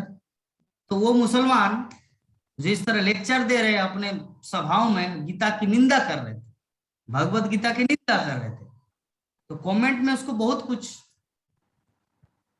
बताया गया। तो वो और एक दूसरा उदाहरण देते हैं कि भगवान जगत में आके बोलते हैं कि धर्म की संस्थापना कब करते हैं? धर्म की संस्थापना करते हैं तब जब इस भारतवर्ष में अधर्म फैलता है। उदाहरण देते जैसे कि भगवद गीता के 4th अध्याय के 7 नंबर अध्याय है कि यदा यदा ही धर्मस्य ग्लानिर्भवति भारत, मतलब जब जब धर्म की अधर्म की वृद्धि तथा धर्म की हानि, ग्लानिर्भवस्ते भारत, भारत मतलब वो भारत देश को लेता है। कितना बड़ा पागल है। भारत का अर्थ वहां पे अर्जुन को बताया गया है, यदा यदा ही धर्मस्य ग्लानिर्भवति भारत, ये भारत श्रेष्ठ अर्जुन। लेकिन वो बता रहे यदा यदा ही धर्मस्य ग्लानिर्भवति भारत, तो ऐसा नहीं है। ग्लानिर्भवति भारत का अर्थ होता है अर्जुन को बता रहे भारत, लेकिन वो क्या एक्सप्लेनेशन कर रहा है? कन्याकुमारी से लेकर जम्मू कश्मीर तक भारत मानते हैं, लेकिन भगवद गीता कब कहा गया था? 5000 वर्ष पूर्व। उस समय तो पूरा पृथ्वी तो एक था। उस समय चाहे अमेरिका हो, इंग्लैंड हो, जापान हो, रूस हो, मलेशिया हो, नेपाल हो, भूटान हो, पाकिस्तान, इंडिया, सब एक था। भारतवर्ष, पूरे पृथ्वी को भारतवर्ष कहा जाता है। लेकिन वो इस तरह एक्सप्लेनेशन, इससे कहा जाता है मेंटल स्पेकुलेशन, तर्क वितर्क, तार्किक। ऐसे तार्किक व्यक्ति कभी भगवान को नहीं जान सकते।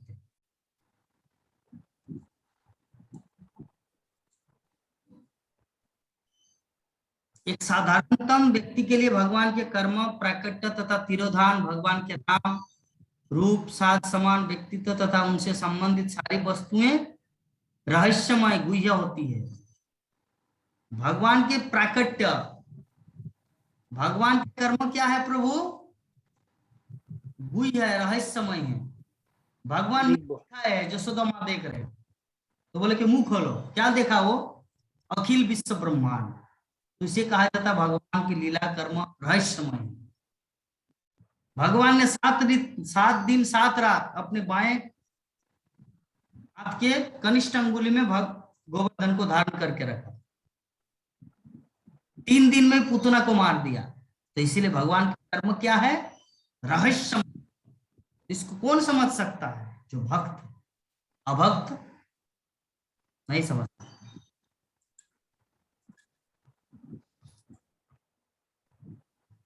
तो भौतिकतावादियों की 2 कोटियां हैं। भौतिकतावादी मतलब जड़ोवादी, सांसारिक। जो कृष्ण भक्ति नहीं करते उनकी 2 श्रेणियां हैं, 2 विभाग है। नंद किशोरी माता जी नोट डाउन करके रखना है। एक है सकाम कर्मी तथा दूसरा है मीमांसक। सकाम कर्मी का अर्थ होता है जो हम कल बताए थे नारद सूत्र में, कि लक्ष्मी की पूजा करेंगे तो धन मिलेगा, धन मिलेगा तो घर बनाएंगे, घर बनाएंगे तो सुंदर स्त्री आएगी, स्त्री आएंगे तो बच्चा पैदा करेंगे, बच्चा पैदा करेंगे, बढ़ेंगे, इस तरह करके जंजाल में फंसे रहना। इसे कहता सकाम कर्मी है। और दूसरी मीमांसक। मीमांसक मतलब चिंतन करने वाला, कल्पना करने वाला, जो कल्पना करते हैं भगवान ऐसा हो, भगवान को ऐसा होना चाहिए।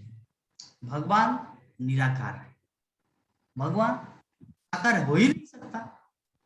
भगवान था बट मर गया, भगवान अभी नहीं है। अगर भगवान है तो मेरे पास आना चाहिए उसको, मुझे प्रमाण दो, फिर मैं मानूंगा, क्योंकि मैं बुद्धिमान हूं। इसे कहा जाता मीमांसक। तो भौतिकतावादी दो कैटेगरी है, एक है सकाम कर्मी, जो विभिन्न देवी देवताओं की पूजा करके इस संसार में सुख भोगना चाहते हैं, और एक मीमांसक भगवान के बारे में नहीं जान पाते, भगवान को निराकार बताते हैं।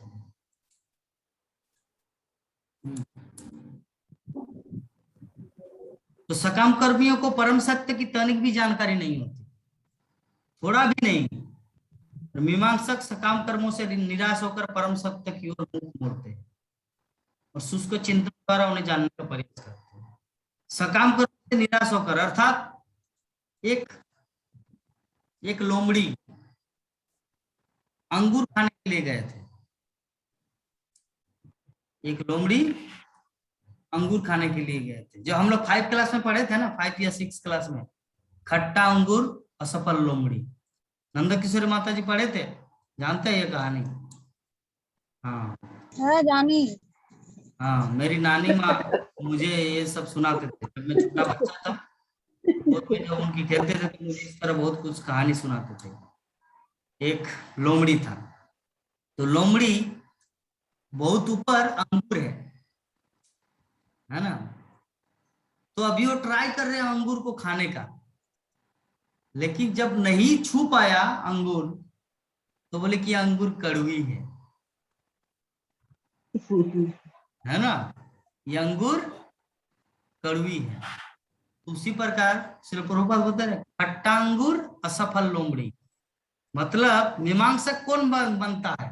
एक सकाम कर्मी बहुत कुछ करता है, यज्ञ करता है, हवन करता है, धनी बनने का, ये करने का, वो करने का, लेकिन जब असफल हो जाता है, कुछ नहीं होता हाथ में, तब वो भगवान की ओर मोड़ता है। भगवान की ओर मोड़ता है, भगवान की नहीं, परम सत्य की ओर मोड़ता है। परम सत्य के विभिन्न स्तर है, ब्रह्म, परमात्मा और भगवान। तो ब्रह्म में ही अटके रहते हैं, परमात्मा और भगवान तक नहीं पहुंच पाते मीमांसक, और आनंद का प्रयास करते लेकिन भटक जाते हो, क्योंकि कृष्ण के चरण कमल में उनका आसक्ति नहीं मिल पाता। तो ऐसे समस्त लोगों के लिए परम सत्य उसी तरह रहस्यमय बने रहते हैं जिस प्रकार बच्चों को जादूगर के करता हूं। हम लोग अपने जीवन में जादूगर देखे हैं, एक लड़की को काट दिया गर्दन में और बोरा में पैक कर दिया, वहां से कबूतर निकला। देखे ना जादू, विश्वनाथ प्रभु जादू देखे?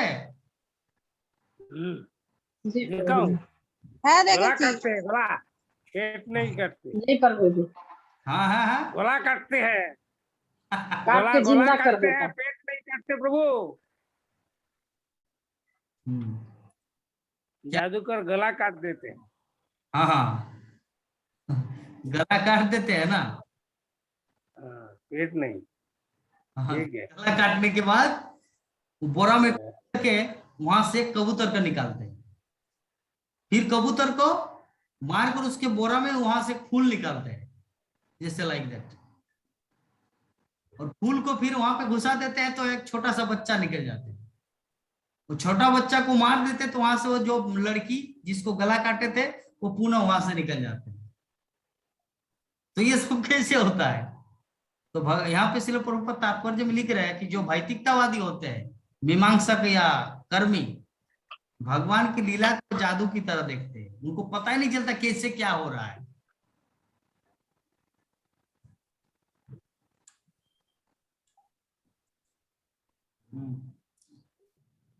तो परम पुरुष की जादूगरी से छले जाकर अभक्तगण सदैव अज्ञान में पड़े रहते हैं। भगवान के जो जादूगरी है, मैजिक, इससे चीटिंग होकर, धोखा खाकर अभक्तगण सदैव अज्ञान में पड़े रहते। कैसे हो सकता है रे बाबा? एक घटना हुआ था वृंदावन की लीला में, कृष्ण लीला में, जब सकटासुर आए थे। सकटासुर किस रूप में आए थे? अंतर ध्यान होके आए। तो भगवान जहां पर जो दोलना है ना, पालना, पालना जिसे बोलते हैं, इसमें भगवान सोए हुए थे। तो सकटासुर का भाव यही था कि एक ऊपर में एक लकड़ी का एक चबूतरा जैसे बना हुआ था। तो सकटासुर का भाव यही था कि कृष्ण को वहां पर दबा देंगे। वो लकड़ी को जैसे ही छोड़ देंगे तो कृष्ण एकदम मर जाएगा। तो कृष्ण क्या किया, अपना जो अंगुष्ठी है ना, मतलब उनका जो चरण कमल है, छोटा सा चरण कमल ऐसे मारे जैसे हम लोग फुटबॉल मारते हैं तो कितना ऊपर उठते फुटबॉल। जब हम लोग जोर से पैर दे के मारते तो फुटबॉल बहुत ऊपर उठ जाता है। तो भगवान क्या, कि भगवान तो सर्व अंतर्यामी है, क्या कुछ हो रहा है सब कुछ उनको पता है। तो सकटासुर जैसे कृष्ण को दबाने के लिए आए तो कृष्ण एक लात मारा, है ना, ऊपर का जो ये था लकड़ी जिसमें वो बैठा हुआ था सकटासुर, एक लात मारा, इतना ऊपर गया, इतना ऊपर, और गोल चक्कर घूमते घूमते घूमते घूमते घूमते वो वहां पे गिर गया। तो जहां पे कृष्ण है, इधर कृष्ण है तो इस साइड में गिरा। तो अभी जसोदा, नंद और बाकी जितने सारे रोहिणी माता सभी आए और बोले कि अच्छा कैसे हुआ बताओ तो, ये इतना बड़ा लकड़ी, इतना बड़ा असुर यहाँ पर गिरा कैसे? तो बच्चे सब बोल रहे हैं वहां पर ग्वाल बाल, अरे कृष्णा ने लात मारा तो आकाश में उड़ गया और वहां पे घूम घूम घूम घूम के यहाँ पर। तो है क्या बात करते, चुप रहो आप लोग के छोटा छोटा बालक का बोल जी, यस हम परम सत्य बोल रहे हैं, लेकिन कोई उनकी बात को विश्वास नहीं कर। का प्रभाव, कोई व्यक्ति सत्य है, परम सत्य है कि कृष्णा ने लात मारा और वो पूरा घूम घूम के आकाश में घूम घूम के वहां पे गिर गया। तो बोले कि सब घटना जैसे हुआ कि सकटासुर जो है ना, वो अंतर ध्यान होकर आए थे। जिसे हम लोग शक्तिमान देखे ना, जो भूत शक्तिमान से जो लड़ाई करते थे, शक्तिमान वन में जाते और वहां पे भूत ऐसे पत्ता का रूप धारण करके ऐसे ऐसे आते और शक्तिमान के साथ लड़ाई करते। तो लड़ाई करते करते बाकी लोग उसको देख नहीं पाते, लेकिन शक्तिमान उसको देखते। उसी प्रकार कोई उसे नहीं देख पाया, एकमात्र कृष्ण उसे, और ऐसे लात मारा, पूरा घूम घूम के नीचे गिर गया। बालक वहां पर उपस्थित थे, सभी बोले, लेकिन फिर भी किसी को विश्वास नहीं हुआ। तो यही चीज होता है अभक्त के। खैर नंद जसोदा ये सब जो है वो तो भगवान की जोगमाया शक्ति है, जिसके कारण उन लोग को समझ नहीं पा रहे।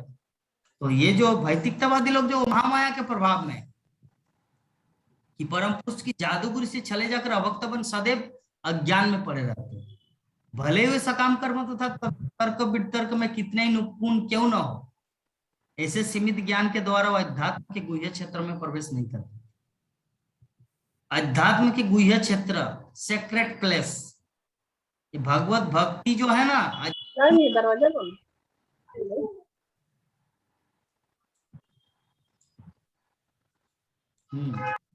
हर कोई यहाँ पे प्रवेश नहीं कर पाता। तो तर्कवादी सकाम कर्मियों से थोड़े बेहतर होते हैं, लेकिन वो भी मोह के चंगुल में रहने से ये मान लेते हैं कि जिस वस्तु में कोई रूप, नाम तथा कर्म हो वो भौतिक शक्ति से उत्पन्न। तो तर्कवादी होते हैं ना, वो थोड़ा सा बुद्धिमान होते हैं, लेकिन बुद्धिमान होने के बावजूद भी वो माया के जंजाल में पड़े रहते हैं। कैसे? अरे निराकार जो भगवान है ना, वो तो निराकार है। भगवान अगर लीला करे, कोई कुछ डांस कर रहे, गोपियों के साथ नृत्य कर रहे, नंद जसोदा के साथ खेल रहे, कूद रहे, तो ये भगवान नहीं हो सकता, क्योंकि ये तो भौतिक है। उनको पता नहीं कि आध्यात्मिक भी कुछ चीज होता है। जैसे आध्यात्मिक और भौतिक में कितना अंतर है, मेरे गुरु महाराज बता रहे श्रीमद् भक्ति चारू समझ, कि अगर हमारे जीवन का जो सेंटर पॉइंट कृष्ण हो और हम लोग जो कुछ भी करें वो आध्यात्मिक, लेकिन हमारे जीवन का अगर सेंटर पॉइंट इंद्रिय तृप्ति हो तो हम लोग जो कुछ भी करें वो भौतिक है। तो अध्यात्म और भौतिक में उतना ज्यादा अंतर नहीं है। अंतर बस सेंटर पॉइंट कृष्ण है या मैं हूं, ये देखना है। अगर हमारे जीवन का सेंटर पॉइंट कृष्ण है तो हम भगवत धाम में वास करते हैं।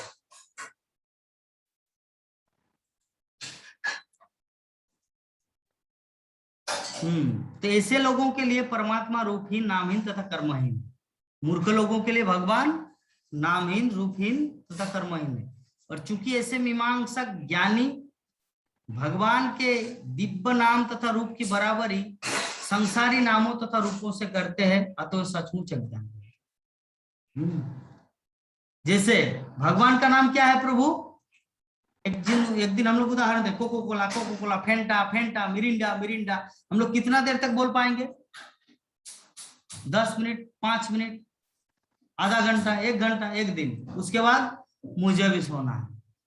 लेकिन जब हरे कृष्ण जब करेंगे, हरे कृष्ण आप कब से कर रहे विश्वनाथ प्रभु? हरे कृष्ण महामंत्र कितना दिन से जब कर रहे? 3 साल हो गया। 3 साल हो गया। 3 साल से। हाँ, तो आप क्या कभी ऐसा बोले माता जी को, अरे बहुत दिन से नाम जप करे, छोड़ो अभी दूसरा नाम करेंगे? कभी ऐसा फील आया? नहीं। इसका मतलब भगवान का नाम जो है ना, पेप्सी, कोको कोला, फेंटा नहीं है, कोई भौतिक चीज नहीं है, पूर्ण रूप से आध्यात्मिक है। यही है प्रमाण।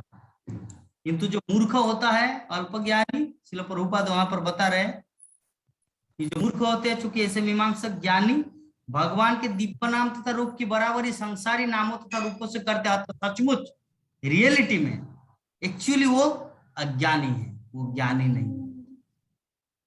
इतने अल्प ज्ञान से परम पुरुष की वास्तविक प्रकृति तक नहीं पहुंचा जा सकता। जैसा कि भगवत गीता में कहा गया है कि भगवान सदैव, यहां तक कि भौतिक जगत के हुए भी दिव्य अवस्था में रहते हैं। भगवान इस भौतिक जगत में रहते हुए भी दिव्य अवस्था में रहता है। जैसे वो जो उदाहरण दिए भगवत गीता में, क्या बोलते हैं कि लिप्पन्ते न स पापे न पद्म पत्र इवाम वसा। जैसे पद्म पत्र, कमल पुष्प, कमल पत्र, कमल पत्ता, कमल की पत्ता, वो पुष्प, वो जो पानी में रहता है लेकिन फिर भी वो जल उसके स्पर्श नहीं करता। उसी प्रकार भगवान इस भगवत धाम को छोड़कर या इस भौतिक जगत में रहकर उसको ये फील नहीं आता कि मैं अभी जेलखाना में हूं या भगवान के धाम में हूं। भगवान जहां पे रहते हैं वही भगवत धाम है।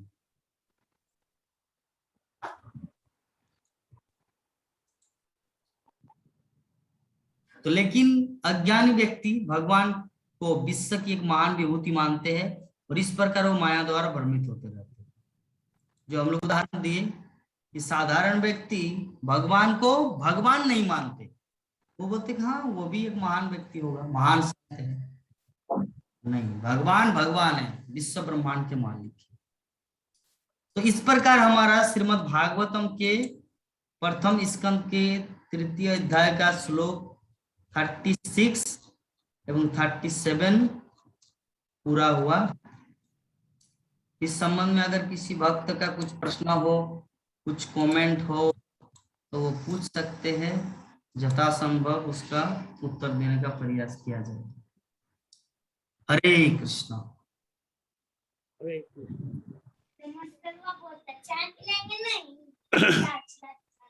प्रभु जी, हाँ, भगवान कृष्ण और भगवान विष्णु दोनों एक ही है कि अलग अलग है? श्रील प्रभुपाद बोलते एक ही है। उनका 2 जगह में 2 रूप है। जैसे अभी हमारे विश्वनाथ प्रभु जी गेंजी पहन के है तो ये कृष्ण है, और जो प्रभु जी अभी बांकुड़ा में ऑफिस में जाएंगे ना तो पूरा सूट साट टाई माई लगा के जाएंगे, वो है विष्णु। और अभी घर में जो गेंजी पहन के है, गमछा पहन के है, ये है कृष्ण। त्रिदेव जो है सर, त्रिदेव में देखिए मेरा उदाहरण सुन के लक्ष्मी कितना हंस रही है। इधर आइए थोड़ा, इधर आइए, इधर आइए। अरे विश्वनाथ प्रभु को थोड़ा उनके लिए हंसे। प्रभु रुकिए, हम ये कर रहे हैं। हरे कृष्ण प्रभु। हाँ, आपके बारे में जब उदाहरण दिया ना कि घर में प्रभु जी गेंजी पहन के है, लक्ष्मी हंस रही है। मतलब उदाहरण भी दिया तो ऐसा कि बड़ी आसानी से समझ में आ जाए। वो क्या प्रभु को कुछ भी बोलना है तो क्या करना है। अब कोई काम तो है ऐसा, गेंजी पहन के ही है आज, है ना नहीं। तो प्रभु जी पहला क्वेश्चन जो है आपका प्राण मोहन प्रभु जी, वो आपका जी समझ में आ गया ना? हाँ, दोनों एक ही है। हाँ, दोनों एक और ही है। त्रिदेव जो है प्रभु जी, त्रिदेव और त्रिदेव माँ विष्णु महेश्वर उसको ब्रह्मा त्रिदेव विष्णु कहा में जाता तीनों आते हैं। है। तो जो कृष्ण है, विष्णु है, वही वहां भी है कि वो अलग है? वो अलग है थोड़ा सा। एक्चुअली सरलता से आपको यही चीज बताएंगे, कृष्ण जो है ना वो जी पूर्ण पुरुषोत्तम भगवान है, उनके पास पूर्ण संपूर्ण कलाएं हैं। और विष्णु के पास थोड़ा सा कला है, 4 कला, जैसे भगवान रामचंद्र के पास 4 कला है, जी भगवान कृष्ण के पास 16 कला है, भगवान विष्णु के पास 8 कला है। तो सबका जो है ना अलग अलग, लेकिन कृष्ण है ना पूर्ण पुरुषोत्तम भगवान। इसका वही उदाहरण है, जब हमारे विश्वनाथ प्रभु जी टाई माई लेके पूरा सूट बूट करके, तो भिखारी भी भीख मांगेगा, दे बाबा 10 रुपया। लेकिन अगर प्रभु जी अगर गामछा बन के कहीं जाए तो बोले नहीं मांगेंगे। क्यों नहीं मांगेंगे? कार्य है।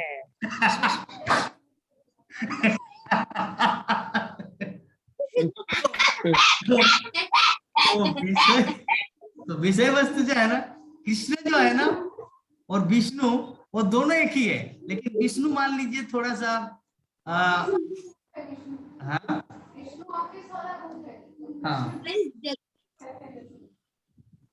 हाँ, तो वही चीज जैसे, अच्छा अभी आपका उदाहरण दे रहे हैं। अभी पीएम सिंह पर आप जब सेल ऑफिस में जाते हैं तो पूरा सूट साट टाई बाट 4 चक्का गाड़ी, नौकर चाकर बॉडीगार्ड लेके आप ऑफिस में जो बैठे रहते हैं वो पीएम सिंह अलग है। आपका नाती या पोता जो आपके कंधे पे चढ़कर आपका गमछा को खींच रहे हैं वो पीएम सिंह अलग है ना?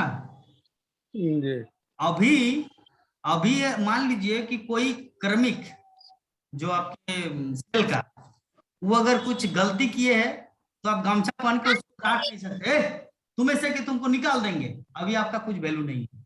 लेकिन ऑफिस में जब टाई लगा के आपका आइडेंटिटी रह के ऑफिस के अंदर काम चलाएंगे ना, तो वो अलग ही महत्व है। तो व्यक्ति एक ही है, व्यक्ति जो है ना एक ही प्राण मोहन जी है। तो जस्ट प्लेस जो है ये प्लेस अलग है। उसी प्रकार। जी आप दुखी नहीं होना है, जस्ट एग्जाम। नहीं नहीं प्रभु, क्या दुख, दुख का कारण थोड़ी है प्रभु वो सब चीज। वो तो हाँ। भिखारी बनना तो वैष्णव का काम है।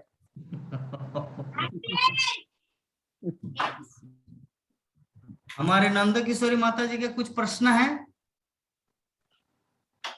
कह रहे हैं प्रभु जी कि विश्वनाथ मंडल प्रभु जी कभी दुखी नहीं होते हैं, हमेशा हंसते रहते हैं, यही तो अच्छा लगता हाँ, है। यस यस, बल्कि वो दूसरों को प्रेरणा देते हैं।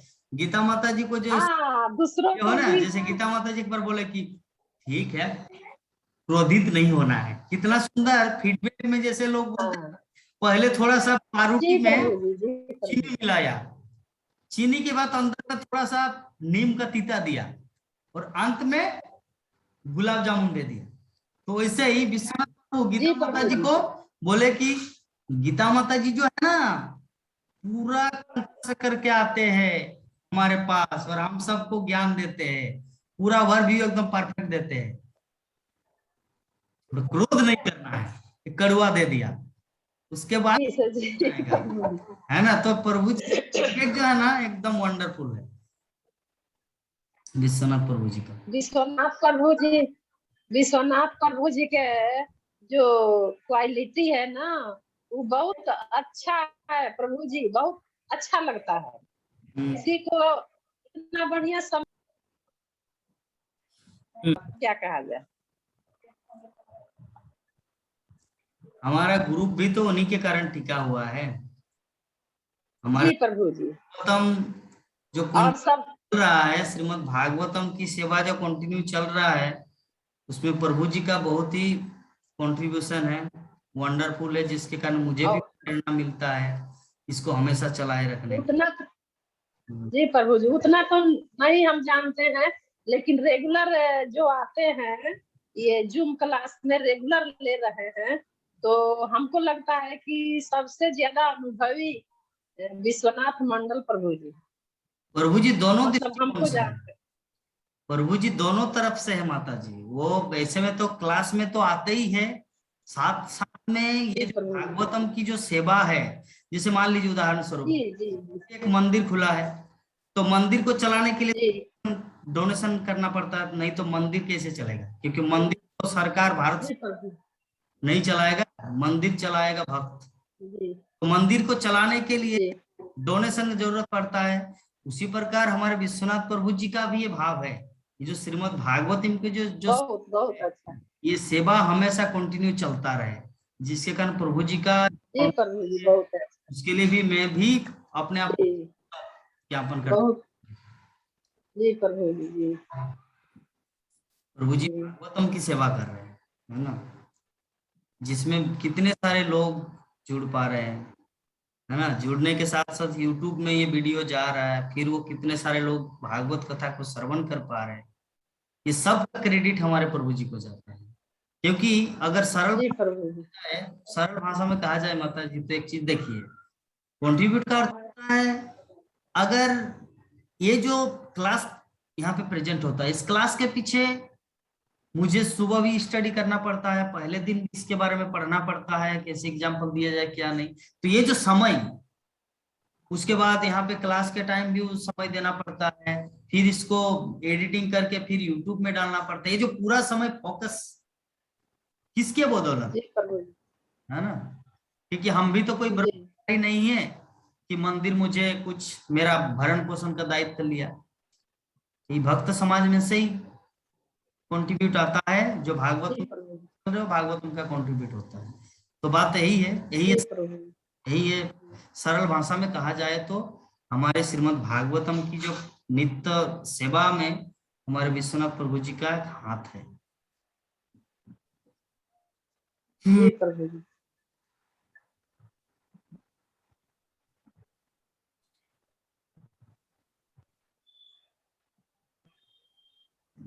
हरे कृष्णा। हरे कृष्ण प्रभु। तो माता संधा देंगे, संध्या आरती का समय हो गया है सभी का। जी प्रभु जी संध्या का समय हो गया। हाँ, तो चलिए दलिया चक्रवर्ती माता जी, कुछ प्रश्न है क्या?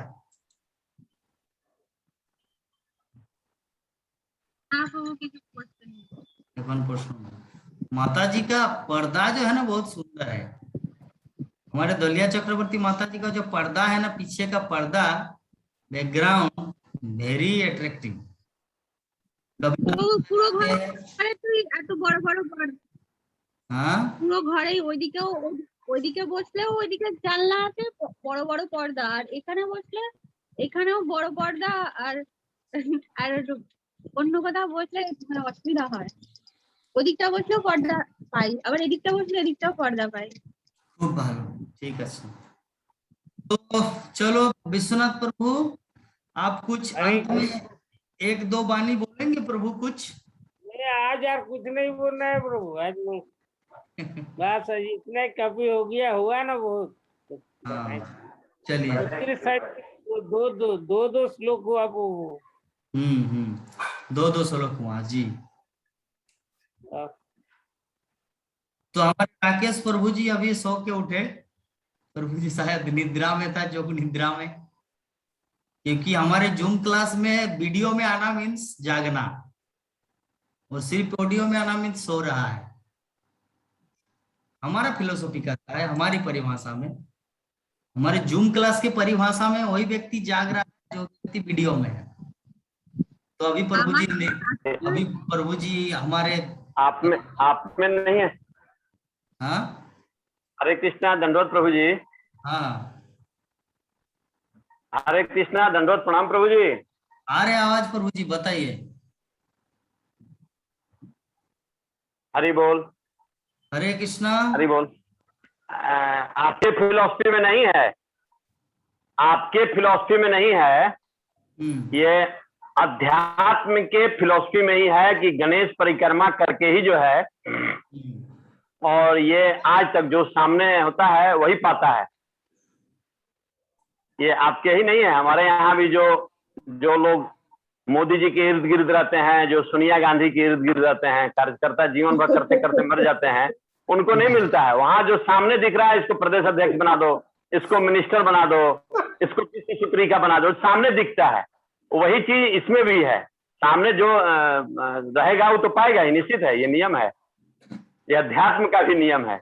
और आपने आज प्रवचन में अपना बताया प्रभु जी कि जो लोग दुखी इसलिए होते हैं, कोई बच्चा को अपना इंजीनियर बना दिया, कोई डॉक्टर बना दिया, लेकिन वो सक्सेस नहीं किया, 100% नहीं करता है, तो हम लोग यहाँ तक आने से पहले जो है, एक और महात्मा थे जिन्होंने शरीर देहावसान हो गया और शरीर त्याग दिया है, तो बताते थे कोई बात नहीं, शिक्षा जो है सिर्फ नौकरी के लिए नहीं है, शिक्षा अपने ज्ञान के लिए है। अगर जो वो गुपचुप भी बेच रहा है, लेकिन उसकी जो वाणी होगी, जो उसका शब्द होगा, जो उसका ज्ञान होगा, वो अगला अगर गुपचुप खा भी रहा है तो उस गुपचुप को इंग्लिश में जब बोलता है समझता है। जैसे इस्कॉन के जितने भी सैफरान पहने हुए जो प्रभु जी लोग हैं, ये लोग समझते हैं कि जिस तरह से यहाँ कटोरा लोग भीख मांगता है, उस तरह के इस्कॉन के ये भीख मांगने वाले प्रभु तो जानता नहीं हो, तो जाके भाई साधु है, ये साधु है, भीख मांगे, लो 10 रुपया। लेकिन जब वो संस्कृत का 5 शब्द उच्चारण करते हैं, इंग्लिश बोलते हैं, फ्रेंच बोलते हैं, तब उनको समझ रही, प्रभु जी बैठिए बैठिए, आप कहाँ से आए हैं, कौन है? तब वो बताते हैं कि साहब मैं इस्कॉन संस्था से हूँ, और मैं IITian हूँ, मैं डॉक्टर हूँ, मैं इंजीनियर हूँ, बट हमारी जिंदगी जो है आप लोगों के कल्याण के लिए मैंने जो है ये पढ़ाई पढ़ी है। ये पढ़ाई जो है सिर्फ इंजीनियरिंग सरकार को देने के लिए नहीं किया है। तब वो समझते हैं और उनके अंदर एक सम्मान का भावना आता है। उसी प्रकार कोई अगर जो पढ़ रहा है बच्चा, इंजीनियरिंग फेल कर गया, कोई बात नहीं, सुसाइड नहीं करना है, अपना कुकर्म नहीं करना है जिससे उसके घर में, कुल खानदान में कोई दाग लगे। वो अंडा भी बेच रहा है, अगर जो ठीक है बेचो, तुमको ज्ञान होगा तो समझ में आ जाए, गुपचुप बेचो, सिंघाड़ा बेच के कमाओ का, चोरी नहीं करो, किसी को लूटो नहीं, किसी पर कुदृष्टि नहीं डालो, कुविचार मत लाओ। इसलिए कर्म कोई छोटा नहीं होता। हमारे साथ जो भी लोग जुड़े होते हैं, हमने भैया कर्म कोई छोटा नहीं है, कर्म वही छोटा है जिससे अगले किसी को दुख पहुंचता है। जैसे आप चोरी कर ले रहे हो, किसी का गाड़ी, किसी को मारपीट दे रहे हो, किसी को सता रहे हो, ये कुकर्म है। कर्म करके खाना वो कोई भी जो है, आपने आज अपने प्रवचन में बताया कि लोग दुखी नहीं होना है प्रभु जी। बच्चे को हमने पढ़ाया है, वो हमारा गर्व है, वो टैलेंट है कि साहब इस्कॉन के मायापुर के फलाने कॉलेज से वो लड़का हमारा पढ़ के आया है। लेकिन वो अंडा भी बेच रहा है, गुपचुप भी बेच रहा है, वो अगर जो समोसा भी बेच रहा है, फिर भी वो ज्ञानी है। लेकिन वो अपना पेट पालन के लिए 8 घंटा अपना करता है, 8 घंटा उसके बाद अपने के लिए, शरीर के लिए 8 घंटा समाज के लिए, भगवान के लिए बीड करता है। वो गुपचुप बेचते हुए हरिनाम कर रहा है। तो किसी कर्म को हम लोग खराब नहीं मानते, हर कर्म को जो है सुकर्म होना चाहिए, कुकर्म नहीं होना चाहिए। प्रभु जी, हरे कृष्णा प्रभु जी। बहुत सुंदर प्रभु जी। कर्म हमारी मजबूरी हो जाती है वीडियो नहीं खोलना। अभी भी देखिए एक मित्र हमारे, हम कहीं कहीं जो है कहीं ना कहीं बैठे रहते हैं। कल जमशेदपुर से, कल वहाँ नहीं सुन पाए, तो आपने एक विकल्प दे दिया है यूट्यूब का माध्यम से जो है, तो ये बहुत बड़ी फैसिलिटी आपने दी है कि भाई अगर समय पर नहीं जुड़ पाते हैं तो आप कम से कम यूट्यूब के माध्यम से सुन लीजिए। ये बहुत बड़ी आपकी उपलब्धि है प्रभु जी, गुरु ज्ञान का। हरे कृष्णा, दंडवत प्रणाम प्रभु जी। हरे कृष्णा। देखिए कभी कभी मैं आपको बहुत दुख देता हूँ, मुझे लगता है कि आप दुखी हो जाते हैं, क्योंकि नहीं प्रभु जी, कोई दुख नहीं होता। प्रभु ऐसा तो प्रभु जी, हम तो दुखी हैं कि आपके जैसे गुरु के सानिध्य में है।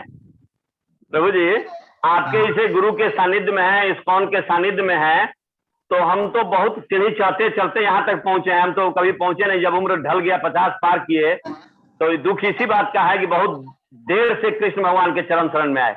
माँ सरस्वती, शंकर भगवान और दुर्गा जी सबका करते करते जो है ये भगवान, उस समय वही हम सोचे देवी देवता को हम लोग भगवान समझ रहे थे, तो भगवान को पाने के लिए पूरा उम्र हमने बिता दिया है, तब जाके अभी ज्ञान हुआ कि नहीं नहीं, अरे भगवान तो श्री कृष्ण है और गौलोक जो है वृंदावन ही जो है, हम लोग तो स्वर्ग ही जाते रहे, हम तो देश करेंगे तो स्वर्ग जाए, स्वर्ग से ऊपर का जानते ही नहीं थे। कोई बोलता स्वर्गवासी हो गए, अरे ये काम अच्छा काम करें हम स्वर्ग की ओर जाएं, ये तो जानते ही नहीं थे कि बैकुंठ धाम भी जाना है, स्वस्थ शरीर भी लोग गए हैं बैकुंठ धाम।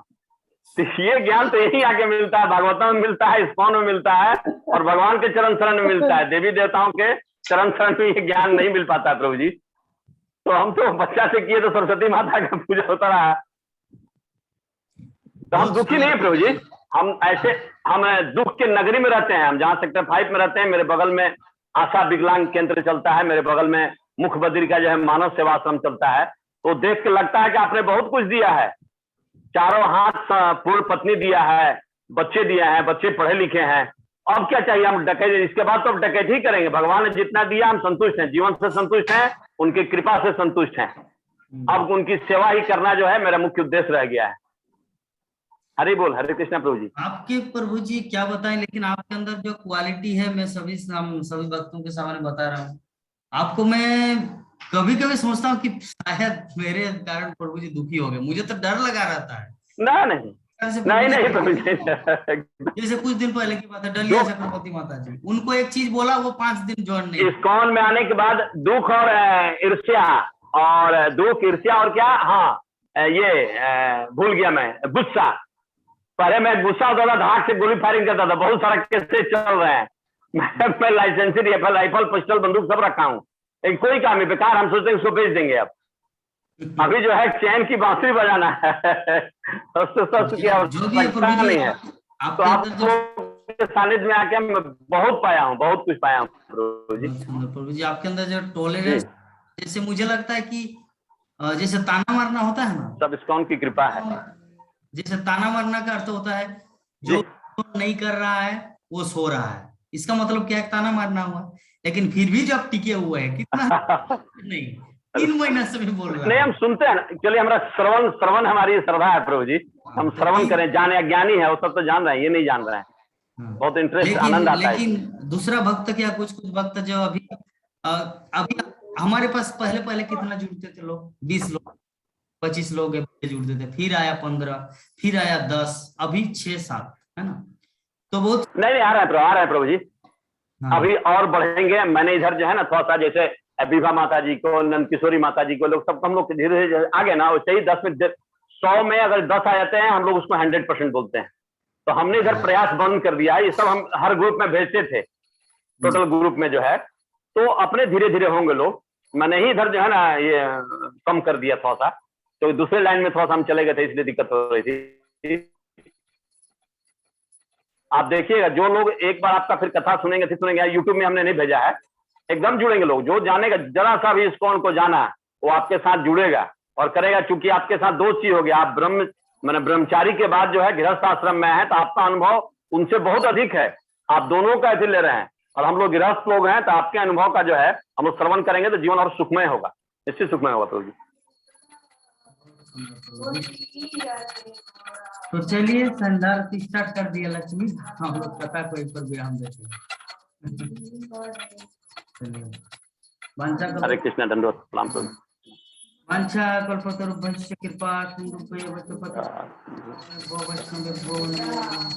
हरे कृष्णा कृष्णा हरे कृष्णा कृष्णा कृष्णा हरे हरे, हरे राम राम राम हरे हरे। जय जगत गुरु श्रील प्रभुपाद की जय। परंपरा श्रीमद् भागवत हम लोग दोनों आपका ऑफिस गए, जय। राकेश जी अनंत कोटि वैष्णव भक्तवृंद की हम लोग भी साथ में गए। जय। समवेत गौर भक्तवृंद की जय। गौर प्रेमानंदे। राकेश कुमार हरि हरि बोल, हरि हरि बोल, हरि हरि बोल। जगन्नाथ देवदास प्रभु जी की, लक्ष्मीदासी माता जी की जय। जय। जय।